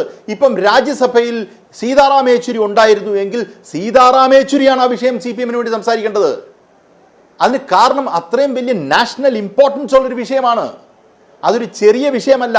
അതുകൊണ്ടാണ് രാഹുൽ ഗാന്ധി സംസാരിച്ചിരുന്നെങ്കിൽ അത് കിട്ടുമായിരുന്ന നാഷണൽ ഇമ്പോർട്ടൻസ് വലുതായിരുന്നു. പ്രിയങ്ക ഗാന്ധി, ഇപ്പം സോണിയാഗാന്ധി സംസാരിച്ചില്ലേ എന്ന് റോണി കെ ബേബി എടുത്തു പറഞ്ഞില്ലേ? എന്തുകൊണ്ടാണ് അത് പറയുന്നത്? Because it is having national importance. അത് ഞാൻ ചെറുതായിട്ടല്ല കാണുന്നത്, വലുതായിട്ടാണ് കാണുന്നത്. അങ്ങനെ ഒരു വലിയ വാർത്തയാകുമായിരുന്ന, രാഹുൽ ഗാന്ധി പറഞ്ഞത് ഒരു ചർച്ചയാകുമായിരുന്ന, ഓരോരുത്തരിലേക്കും അത് എത്തുമായിരുന്ന ആ വിഷയത്തെ ഇല്ലാതാക്കുകയല്ലേ യഥാർത്ഥത്തിൽ രാഹുൽ ഗാന്ധി ചെയ്തത്? അത് ഇല്ലാതാക്കുക എന്നുള്ളതാണോ ഒരു പ്രതിപക്ഷ നേതാവിൻ്റെ റോൾ? എന്താണ് പ്രതിപക്ഷ നേതാവിൻ്റെ റോള്? അദ്ദേഹത്തിന് ഈ വിഷയം ഹിന്ദിയിൽ വളരെ കൃത്യമായി 10 മിനിറ്റ് എങ്കിൽ 10 മിനിറ്റ്, 5 മിനിറ്റ് എങ്കിൽ 5 മിനിറ്റ് അത് വൃത്തിയായി അവതരിപ്പിക്കാമായിരുന്നു. ആ അവതരിപ്പിക്കാഞ്ഞിടത്ത് അദ്ദേഹം വലിയ തെറ്റാണ് ചെയ്തത്. ഈ പറയുന്ന മതനിരപേക്ഷ ചേരിയോട് ചെയ്തത് വലിയ തെറ്റാണ്. കെ.സി. വേണുഗോപാൽ സംസാരിച്ചില്ലേ എന്ന് ചോദിക്കുന്നത് കേരളത്തിലെ മുസ്ലിം മതവിഭാഗത്തിനോട് പറയുകയാണ്, ഞങ്ങൾ നിങ്ങളുടെ കൂട്ടത്തിലുണ്ട് എന്ന് പറയുക മാത്രമാണ് ചെയ്യുന്നത്. നമ്മൾ പറയുന്നത് അതല്ല. ഇന്ത്യ മഹാരാജ്യത്തുള്ള മനുഷ്യരോടാണ് നമ്മൾ പറയുന്നത് ഇത് തെറ്റാണ്. അങ്ങനെ പറയാൻ നമുക്ക് കഴിഞ്ഞില്ലെങ്കിൽ നമ്മൾ ഒരിക്കലും വിജയിക്കില്ല. കാര്യം അത് അങ്ങനെ പറയാൻ ശ്രമിച്ചില്ല എങ്കിൽ, അങ്ങനെ പറയാൻ കഴിഞ്ഞില്ല എങ്കിൽ നിങ്ങൾ പറയുന്നത് വെറും റീജിയണൽ രാഷ്ട്രീയം മാത്രമാണ്. അതിപ്പോ കേരള കോൺഗ്രസ് പറയുന്നത് പോലെയോ മറ്റൊരാൾ പറയുന്നത് പോലെയോ ആയിപ്പോവും ആ രാഷ്ട്രീയം. അങ്ങനെയല്ല. ഇതിനൊക്കെ വലുതായി, അതിനൊക്കെ ഈ സീമുകളെല്ലാം ലംഘിച്ചുകൊണ്ട് നമുക്ക് മനുഷ്യത്വത്തിന്റെ രാഷ്ട്രീയം, ഹ്യൂമനിസത്തിന്റെ രാഷ്ട്രീയം ഈ ലോകത്തോട് പറയാൻ കഴിയണം, ഈ രാജ്യത്തോട് പറയാൻ കഴിയണം. അത് പറയാൻ ആര് പറയുന്നു എന്നുള്ളതിന് വലിയ പ്രാധാന്യമുണ്ട്. നോക്കൂ, അപ്പുറത്ത് എഴുന്നേറ്റ് അമിത്ഷായാണ് അല്ലേ? നരേന്ദ്രമോദി വന്നോ ഇല്ലയോ എന്നുള്ളതായിരുന്നു അടുത്തൊരു ചോദ്യം. ഞാൻ ഒരു കാര്യം ചോദിച്ചോട്ടെ, ഈ പറയുന്ന ഈ നീചമായ ഒരു ബില്ല് നരേന്ദ്രമോദി വന്നാൽ എന്നാ വന്നില്ലേൽ എന്നാ, അവതരിപ്പിച്ച് അത് പാസ്സാക്കാൻ പോവുകയാണ്. അതിന് ആരാണ് ഏറ്റവും ശക്തിയായിട്ട് സംസാരിക്കേണ്ടത്? നമ്മളാ സംസാരിക്കേണ്ടത്. നമ്മൾ നമ്മുടെ കാര്യമല്ലേ പറയേണ്ടത്. നമ്മളുടെ കയ്യിലിരിക്കുന്ന കാര്യം എങ്ങനെയാ അവർക്ക് ഡീൽ ചെയ്യാൻ പറ്റുന്നേ? അവരുടെ കയ്യിലിരിക്കുന്ന കാര്യം എങ്ങനെയാ നമുക്ക് ഡീൽ ചെയ്യാൻ പറ്റുന്നേ? അവിടെ മോഡി സംസാരിക്കണോ അമിത്ഷാ സംസാരിക്കണോ എന്നുള്ളത് അവരുടെ ചോയ്സാണ്. അതുപോലെ ഇവിടെ ആര് സംസാരിക്കണം എന്നുള്ളത് നമുക്ക് തീരുമാനിക്കാം. ആ തീരുമാനം നമ്മൾ എന്തുകൊണ്ട് എടുത്തില്ല എന്നുള്ളതാണ് ആ ചോദ്യം. അവിടെ മോഡി വരാഞ്ഞത് എന്താണെന്ന് ചോദിച്ചു കഴിഞ്ഞാൽ മോഡിയെ വിളിച്ചുകൊണ്ടിരാൻ നമുക്ക് പറ്റുമോ? ഇല്ല. പക്ഷേ രാഹുൽ ഗാന്ധിക്ക് പോകാൻ കഴിയും. അതാണ് അവിടുത്തെ വ്യത്യാസം. റോണി കെ ബേബി അത് മനസ്സിലാക്കുമെന്നാണ് ഞാൻ കരുതുന്നത്. അങ്ങനെ നമുക്ക് മനസ്സിലാക്കിയില്ലെങ്കിൽ, അങ്ങനെ നമ്മൾ ചെയ്തില്ല എങ്കിൽ, ഞാൻ ഉറപ്പിച്ചു വരുന്നു, നിങ്ങൾക്ക് ഇപ്പൊ കിട്ടിയ 100 ഉണ്ടല്ലോ, ക്രിട്ടിക്കൽ മിനിമം 100 യു പിയിൽ കിട്ടിയ സീറ്റുകൾ, യു പിയിൽ കോൺഗ്രസ് അത്രയും വളർന്നിട്ട് കിട്ടിയതൊന്നുമല്ല. അല്ലെങ്കിൽ ഈ നോർത്ത് ഇന്ത്യൻ ഹാർട്ട്ലാൻഡിൽ ഒരിടത്തും നിങ്ങൾ വളർന്നു കിട്ടിയല്ല. നിങ്ങൾ ഹരിയാന റിസൾട്ട് കണ്ടു, മറ്റ് സംസ്ഥാനങ്ങളിലെ റിസൾട്ട് പാർലമെന്റ് ഇലക്ഷന് ശേഷം നമ്മൾ കണ്ടു. ഒരു കാരണവശാലും ഗതി പിടിക്കാത്ത അവസ്ഥയിൽ അടുത്ത തെരഞ്ഞെടുപ്പിനെ നിങ്ങൾ നേരിടേണ്ടി വരും. അതുകൊണ്ടാണ് ഇന്ന് CPIM പറഞ്ഞിരിക്കുന്ന, അല്ലെങ്കിൽ ഈ പറയുന്ന കോൺഗ്രസിൽ പറഞ്ഞിരിക്കുന്ന ഏറ്റവും പ്രാധാന്യം അർഹിക്കുന്ന ഒരു കാര്യം ഒരുമിച്ച് നിൽക്കാൻ പറ്റണം എന്നുള്ളത്. അത് ഒരുമിച്ച് നിൽക്കാൻ പറ്റിയില്ല എങ്കിൽ BJP പൂർണ്ണമായും ഇതിനെ വർഗീയമായി മാറ്റുമെന്നുള്ള കാര്യത്തിൽ എനിക്കൊരു സംശയവുമില്ല. ശരി, ഞാനൊരു ഇടവേളയിലേക്ക് പോകുന്നതിന് മുമ്പ് ഒരു കാര്യം മാത്രം ഒന്ന് സൂചിപ്പിച്ചുകൊണ്ട് പോകാം എന്ന് വിചാരിക്കുന്നു. അതായത് ഇന്ന് പ്രതിപക്ഷ നേതാവ് VD സതീശൻ പറഞ്ഞൊരു കാര്യമുണ്ട്. മുനമ്പത്തെ പ്രശ്നം പരിഹരിക്കുന്നതിന് ഈ വഖഫ് ഭേദഗതി ബില്ല്, യഥാർത്ഥത്തിൽ പുതിയ ബില്ല് ഒരു തരത്തിലും ഗുണം ചെയ്യില്ല, അല്ലെങ്കിൽ ഏതെങ്കിലും തരത്തിൽ അതിനൊരു പരിഹാരമേ അല്ല എന്നുള്ളതാണ്. ഇന്നലെ സഭയിൽ അതുമായി ബന്ധപ്പെട്ട ചോദ്യം വന്നു. കേന്ദ്ര സർക്കാർ മൗനം പാലിച്ചു, ഇതിന് മുൻകാല പ്രാബല്യത്തോടു കൂടി വരുന്നതല്ല, ആ രീതിയിൽ അതിനൊരു പരിഹാരം കാണാൻ സാധ്യമല്ല എന്ന് ഇന്ന് കേരളത്തിൽ പ്രതിപക്ഷ നേതാവ് VD സതീശൻ പറഞ്ഞ അദ്ദേഹത്തിൻ്റെ പ്രതികരണം നമ്മൾ കണ്ടു. സഭയ്ക്കകത്ത് ആ ചോദ്യങ്ങൾ ഉയർന്നു. അതേസമയം ഇന്ന് രാജ്യസഭയിലേക്ക് ഈ വിഷയം വരുമ്പോൾ ഡോക്ടർ ജോൺ ബ്രിട്ടാസ് MP ഈ വിഷയം സംസാരിച്ചപ്പോൾ, പ്രത്യേകിച്ച് ഇന്ന് സംഘ് പരിവാർ കേന്ദ്രങ്ങളിൽ നിന്ന് സമൂഹ മാധ്യമങ്ങളിലൂടെ വഖഫ് ബില്ല് വരുന്നതോടുകൂടി മുനമ്പത്തെ പ്രശ്നം പരിഹാരമാകുന്നു, ഇടതു വലതു മുന്നണികൾ എന്ന് പറഞ്ഞുകൊണ്ട് രാഷ്ട്രീയമായി ഇരു മുന്നണികളെയും അധിക്ഷേപിക്കും വിധത്തിലേക്കൊക്കെയുള്ള സോഷ്യൽ മീഡിയ ക്യാമ്പയിൻ നടത്തുമ്പോൾ പ്രതിപക്ഷ നേതാവിൻ്റെ വാദം അല്ലെങ്കിൽ നിരീക്ഷണം പ്രസക്തമാണ്. രാജ്യസഭയിലേക്ക് വന്നപ്പോൾ ഡോക്ടർ ജോൺ ബ്രിട്ടാസ് MP ഇതുമായി ബന്ധപ്പെട്ട് അതിശക്തമായി പറഞ്ഞൊരു കാര്യമുണ്ട്. അദ്ദേഹം പറഞ്ഞതെന്താണ്? കേരളത്തിലെ ഇടതുപക്ഷ സർക്കാരിന് മുനമ്പത്തെ നിവാസികളെ സംരക്ഷിക്കാൻ ഉത്തരവാദിത്വമുണ്ട്, അത് ചെയ്യും. ഒരാളും ആ നിലയിൽ കുടിയൊഴിപ്പിക്കപ്പെടില്ല. മാത്രവുമല്ല 5 ലക്ഷം വീടുകൾ, ലൈഫ് വീടുകൾ, മികച്ച വീടുകൾ അങ്ങനെ ഭവനരഹിതർക്ക് കൊടുത്ത് ഉറപ്പാക്കി മികവാർന്ന നിലയിൽ പ്രവർത്തിച്ച ഒരു സർക്കാരാണ് ഇടതുപക്ഷ സർക്കാർ കേരളത്തിലെ. ആ ഇടതുപക്ഷ സർക്കാരിന് ഇവരെ സംരക്ഷിക്കാൻ ആരുടെയും സഹായത്തിൻ്റെ ഔദാര്യത്തിൻ്റെ ആവശ്യമില്ല, സംരക്ഷിക്കും. അത് ബന്ധപ്പെട്ട ആളുകളിൽ നിന്ന് ഇത്തരം ഫേക്ക് ക്യാമ്പയിൻസ് വരുമ്പോൾ ബന്ധപ്പെട്ട ആളുകൾ സഭയ്ക്കകത്ത് പറയുകയും സഭാരേഖകളിൽ വരികയും ആർജവത്തോടെ വളരെ ശക്തമായി അവതരിപ്പിക്കുന്ന ഇടത്താണ് ആ പറയുന്നതിൻ്റെ മൂല്യമിരിക്കുന്നത്, മാനമിരിക്കുന്നത്. അവിടെയാണ് പ്രതിപക്ഷ നേതാവ് പ്രതിപക്ഷ നേതാവ് ആരുമാകട്ടെ, ഞാൻ ആ പേര് പറയുന്നില്ല, പ്രതിപക്ഷ നേതാവ് ഈ വിഷയത്തിൽ സംസാരിച്ചില്ല. അദ്ദേഹത്തിൻ്റെ വാക്കുകൾ, അദ്ദേഹത്തിൻ്റെ നിരീക്ഷണങ്ങൾ, അദ്ദേഹത്തിൻ്റെ മുന്നറിയിപ്പുകൾ, വർഗീയതയ്ക്കെതിരായ പോരാട്ടത്തിൻ്റെ ഇന്ത്യൻ പ്രതിപക്ഷ പാർട്ടികളുടെ ശബ്ദമായി പ്രതിപക്ഷ നേതാവിൻ്റെ ശബ്ദം ലോക്സഭയിൽ രേഖപ്പെടുത്തപ്പെട്ടിട്ടില്ല എന്നത് വളരെ ഗൗരവമായ പ്രശ്നമായി സമൂഹം കാണുന്നത് അവിടെ തന്നെയാണ്. യാതൊരു സംശയവുമില്ല എന്ന് തന്നെ വിചാരിക്കുകയാണ് ഞാൻ. റോണി, ഇതൊരു കോൺഗ്രസ് വിമർശനം എന്ന നിലയിലല്ല ഇതിനെ കാണേണ്ടത്. പ്രതിപക്ഷം ഒരു യോജിച്ച പോരാട്ടം നടത്തുമ്പോൾ ആ യോജിച്ച പോരാട്ടം മികവുറ്റ നിലയിൽ പോയി എന്ന പൊതുവിലയിരുത്തൽ തന്നെയാണ്, യാതൊരു സംശയവുമില്ല. അത് ലോക്സഭയിലും ഉണ്ട്, രാജ്യസഭയിൽ ഇപ്പോൾ അത് സംഭവിച്ചുകൊണ്ടിരിക്കുകയാണ്. പക്ഷേ അപ്പോഴും ആ പോരാട്ടത്തിൽ പ്രതിപക്ഷ നേതാവിൻ്റെ ശബ്ദം, പ്രതിപക്ഷ നേതാവിൻ്റെ വിമർശനം, പ്രതിപക്ഷ ലീഡറുടെ ഒരു ലീഡർഷിപ്പ് റോൾ കണ്ടില്ല എന്ന് പറയുന്ന പല ഘട്ടങ്ങളിൽ നമ്മൾ രാഷ്ട്രീയത്തിൽ പറഞ്ഞിട്ടുള്ളൊരു കാര്യം അറിയാലോ, ചരിത്രപരമായ പിശക്, ചരിത്രപരമായ തെറ്റ് എന്ന് പറയുന്ന നിലയിൽ ഭാവിയിൽ രേഖപ്പെടുത്താവുന്ന നിലയിലുള്ള ഒരു മാനം ഇതിനകത്തുണ്ട് റോണി. അതിനെ ആ നിലയിൽ മാത്രമാണ് ഞാൻ അവതരിപ്പിക്കുന്നത്. അതിനപ്പുറത്തേക്ക് വേറെ ഏതെങ്കിലും തരത്തിൽ റോണിയുടെ പാർട്ടിയെ വിമർശിക്കാൻ വേണ്ടി ഒരു ചർച്ച എന്ന നിലയിൽ എടുക്കണ്ട. പക്ഷേ ഇതൊരു ഉത്തരവാദിത്വമായിരുന്നു. വളരെ ചുരുക്കി നമുക്ക് അവസാനിപ്പിക്കാം. ശരത്തെ, ബഹുമാനപ്പെട്ട ജയ്ക്ക്, ഞാൻ ഈ പറയുന്നത് കേൾക്കുന്നുണ്ടെങ്കിൽ എനിക്ക് ജയ്ക്കിനോട് പറയാനുള്ളത്, ജയ്ക്ക് എന്തെങ്കിലുമൊക്കെ പറഞ്ഞാൽ ഒരു പൊള്ളലേക്കുന്നതോ പൊള്ളൽ ഫീൽ ചെയ്യുന്ന ഒരു വ്യക്തിത്വം അല്ല ഞാൻ. കൃത്യമായി തന്നെ രാഷ്ട്രീയമായി ചങ്കുറപ്പോടുകൂടി തന്നെയാണ് ഈ കൈരളി ചാനലിന്റെ ചർച്ചയിൽ വന്നിരിക്കുന്നത്. ജയ്ക്ക് എന്താണ് പറയാൻ പോകുന്നതും എന്നുള്ള കൃത്യമായി ബോധ്യം. കോൺഗ്രസിനെ അതിനിശ്ചിതമായി വിമർശിക്കുമെന്നും BJP-യോട് വളരെ സോഫ്റ്റായി സംസാരിക്കുമെന്നും പറഞ്ഞുകൊണ്ട് തന്നെയാണ് ഞാൻ ഇവിടെ നിൽക്കുന്നത്. അതൊന്ന്. രണ്ട്, ഇന്ന് ഇവിടെ ഈ ചർച്ച ചെയ്യപ്പെടുന്ന പാർലമെന്റ് ചർച്ച ചെയ്യുന്ന വഖഫ് നിയമമുണ്ടോ, കേരളത്തിന് പുറത്ത് തന്നെ ഒരു പ്രസക്തിയില്ലെന്നേ. രാജ്യത്ത് മറ്റൊരു തലത്തിലും ഇത് ചർച്ച ചെയ്യപ്പെടുന്നില്ല. ഈ കേരളത്തിൽ മാത്രമേ ഉള്ളൂ. കാരണം എന്താ പറയുക, BJP-യുടെ ഉന്നം ഇതാണ്, സംഘപരിവാറിന്റെ ലക്ഷ്യം ഇതാണ്. കേരളത്തില് അവർക്ക് പിടിമുറുക്കുക, അവർക്ക് ചൂടുറപ്പിക്കുക, അത് മാത്രമേ ഉള്ളൂ. അതിന് ദേശീയ മാധ്യമങ്ങൾ നോക്കുക, നാഷണൽ ചാനലിലൊക്കെ നോക്കുക, ഒരു ചാനലിലും ഈ വഖഫ് നിയമം ചർച്ച ചെയ്യപ്പെടുന്നില്ല. ഇനി വളരെ കൃത്യമായി തന്നെ ഈ കേരളത്തിൽ കൃത്യമായ നിലപാടുണ്ട്. എവിടെയാണ് ഈ മുൻപ് മിഷൻ പരിഹരിക്കുക, അത് അവിടെ നിൽക്കട്ടെ. ഇനി മൂന്ന്, ലോക്സഭയിൽ മാറിയിട്ട് എത്രയോ കാലമായി. നോർത്ത് ഇന്ത്യൻ പൊളിറ്റിക്സിൽ അല്ലേ ആണെങ്കിൽ വഖഫ് നിയമം അവിടെയാണ് ചർച്ച ചെയ്യേണ്ടത്. വഖഫ് നിയമം ഇനി ഒരൊറ്റ കാര്യം, എന്റെ ചോദ്യത്തിന് സമയം അവസാനിക്കുന്നതുകൊണ്ടാണ് എന്റെ ചോദ്യത്തിന് ശരി, എന്റെ ചോദ്യത്തിന് എന്തെങ്കിലും ഒരു കമന്റ് ഉണ്ടെങ്കിൽ നല്ലത്. ഒറ്റ കമന്റേ ഉള്ളൂ. രാഹുൽ ഗാന്ധിക്ക് ലോക്സഭയിൽ പ്രസംഗത്തിന്റെ സർട്ടിഫിക്കറ്റ് ഒന്നും വേണ്ട. 14-ലും 18-ലും ഇല്ലാത്ത കോൺഗ്രസ് 2024 പോകുന്നത്. ആ മനുഷ്യൻ 4500 കിലോമീറ്റർ രാജ്യത്ത് നടന്ന് ഭാരതത്തെ ഒന്നിപ്പിച്ചു. ഒറ്റ കാര്യം, ഇന്ത്യയിൽ 14 സ്റ്റേറ്റാണ് BJP ഭരിക്കുന്നത്. ആ 14 സ്റ്റേറ്റിലും രാഹുൽ ഗാന്ധിക്കെതിരെ കേസുണ്ട്, RSS BJP കൊടുത്തത്. അതുകൊണ്ട് ആരോട് സർട്ടിഫിക്കറ്റ് ഒന്നും വേണ്ട രാഹുൽ ഗാന്ധിക്ക്. അത് ഞങ്ങൾ പ്രൂവ് ചെയ്തോളാം, തെളിയിച്ചോളാം. അടുത്ത ആഴ്ച ഗുജറാത്തിൽ ബയോഡേറ്റ അല്ല ചോദിച്ചത്, ഇതിലുള്ള റോൾ വളരെ കൃത്യമായി എന്താണ് സംഘപരിവാർ പൊളിറ്റിക്കൽ ബയോഡേറ്റ നമുക്ക് ജയ്ക്ക് നമുക്ക് വേഗത്തിൽ അവസാനിക്കാം. ആ പൊളിറ്റിക്കൽ ബയോഡേറ്റ അവതരിപ്പിക്കുന്ന കോൺഗ്രസ് ഇപ്പോഴും പറയുന്നില്ല ഇതിലെ LOPയുടെ പ്രതിപക്ഷ നേതാവിൻ്റെ റോള് നിർവഹിക്കാത്തതിൻ്റെ എന്തുകൊണ്ട്, അത് തെറ്റല്ലേ, അദ്ദേഹം പറയുന്നില്ല. പക്ഷേ BJP-യുമായി എവിടൊക്കെയോ മൃദുവായി നിങ്ങൾ സംസാരിക്കുന്നു എന്ന് ഇടയിൽ പറഞ്ഞു വെക്കാനും ശ്രമിച്ചിട്ടുണ്ട്. നമുക്ക് വേഗത്തിൽ അവസാനിപ്പിക്കാം. ജയ്ക്കിൻ്റെ കമൻറ്റ് എന്താണ്, മറുപടി എന്താണ് അതിന്? ഇല്ല, ഞാൻ മറ്റ് വിശദാംശങ്ങളിലേക്കൊന്നും പോകുന്നില്ല. അങ്ങ് പറഞ്ഞ പോലെ സമയം അവസാനിക്കുകയാണ്. പാർട്ടി കോൺഗ്രസിന് തൊട്ടു മുമ്പ് യഥാർത്ഥത്തിൽ കൊല്ലം പാർട്ടി സമ്മേളനം ഉദ്ഘാടനം ചെയ്യവേ പാർട്ടി പോളിറ്റ് ബ്യൂറോയുടെ കോർഡിനേറ്റർ പ്രകാശ് കാരാട്ടിന്റെ ഇത്തരം കാര്യങ്ങളോടൊരു പ്രതികരണം ഉണ്ടായിരുന്നു. മതനിരപേക്ഷ രാഷ്ട്രീയത്തെ സംബന്ധിച്ച് CPIM ഉയർത്തിപ്പിടിക്കുന്ന നിശ്ചയദാർഢ്യത്തിന്, അതിൻ്റെ അന്തസത്തയ്ക്ക് ആരിൽ നിന്ന് സർട്ടിഫിക്കറ്റ് സ്വീകരിക്കേണ്ട വന്നാലും കോൺഗ്രസിൽ നിന്ന് ആ സർട്ടിഫിക്കറ്റ് ഞങ്ങൾക്ക് വേണ്ട, അതായിരുന്നു അദ്ദേഹത്തിന്റെ പ്രതികരണം. ഞാൻ സന്ദർഭത്തിൽ ഓർമ്മിപ്പിച്ചു എന്ന് മാത്രമേ ഉള്ളൂ. ഒറ്റ കാര്യം പറഞ്ഞുകൊണ്ട് അവസാനിപ്പിക്കാം. അദ്ദേഹം ചോദ്യം ചെയ്തത് എന്തുകൊണ്ട് കേരളത്തിൽ കൈരളി പോലൊരു ചാനൽ മാത്രം ഇത് ചർച്ച ചെയ്യുന്നു എന്നുള്ളത് കൊണ്ടാണ്. ലളിതമാണ് പ്രിയപ്പെട്ട കോൺഗ്രസ് നേതാവ് മറുപടി. രാജ്യത്ത് വഖഫ് ഭേദഗതി സംഘപരിവാരം ഉയർത്തിക്കൊണ്ടുവരുന്നത് കേരളത്തെ ലക്ഷ്യം വെച്ചിട്ടല്ല, ഇന്ത്യൻ മതനിരപേക്ഷയുടെ കഴുത്തു തകർക്കാൻ വേണ്ടിയിട്ടാണ്. ഇന്ത്യൻ മതനിരപേക്ഷതയുടെ കഴുത്തും ശിരസ്സും തകർക്കാൻ RSS ശ്രമിക്കുമ്പോൾ എന്തുകൊണ്ട് ചർച്ച ചെയ്യുന്നു ഒരു ചാനൽ, ഒരു മാധ്യമം എന്തുകൊണ്ട് ചർച്ച ചെയ്യുന്നു എന്ന് ചോദിച്ചാൽ ലളിതമാണ്. ഈ RSS എന്ന് കേട്ടപ്പോൾ ഇന്ത്യൻ പ്രതിപക്ഷ നേതാവിന് ഇല്ലാതെ പോയൊരു സാധനം കേരളത്തിൽ കൈരളിക്കുണ്ട്, നട്ടൽ എന്ന് പറയും. ആ നട്ടലുണ്ട് എന്നുള്ളത് കൊണ്ടാണ് വഖഫ് സംബന്ധിച്ചൊരു പ്രശ്നം കൈരളി ചർച്ച ചെയ്യുന്നത്.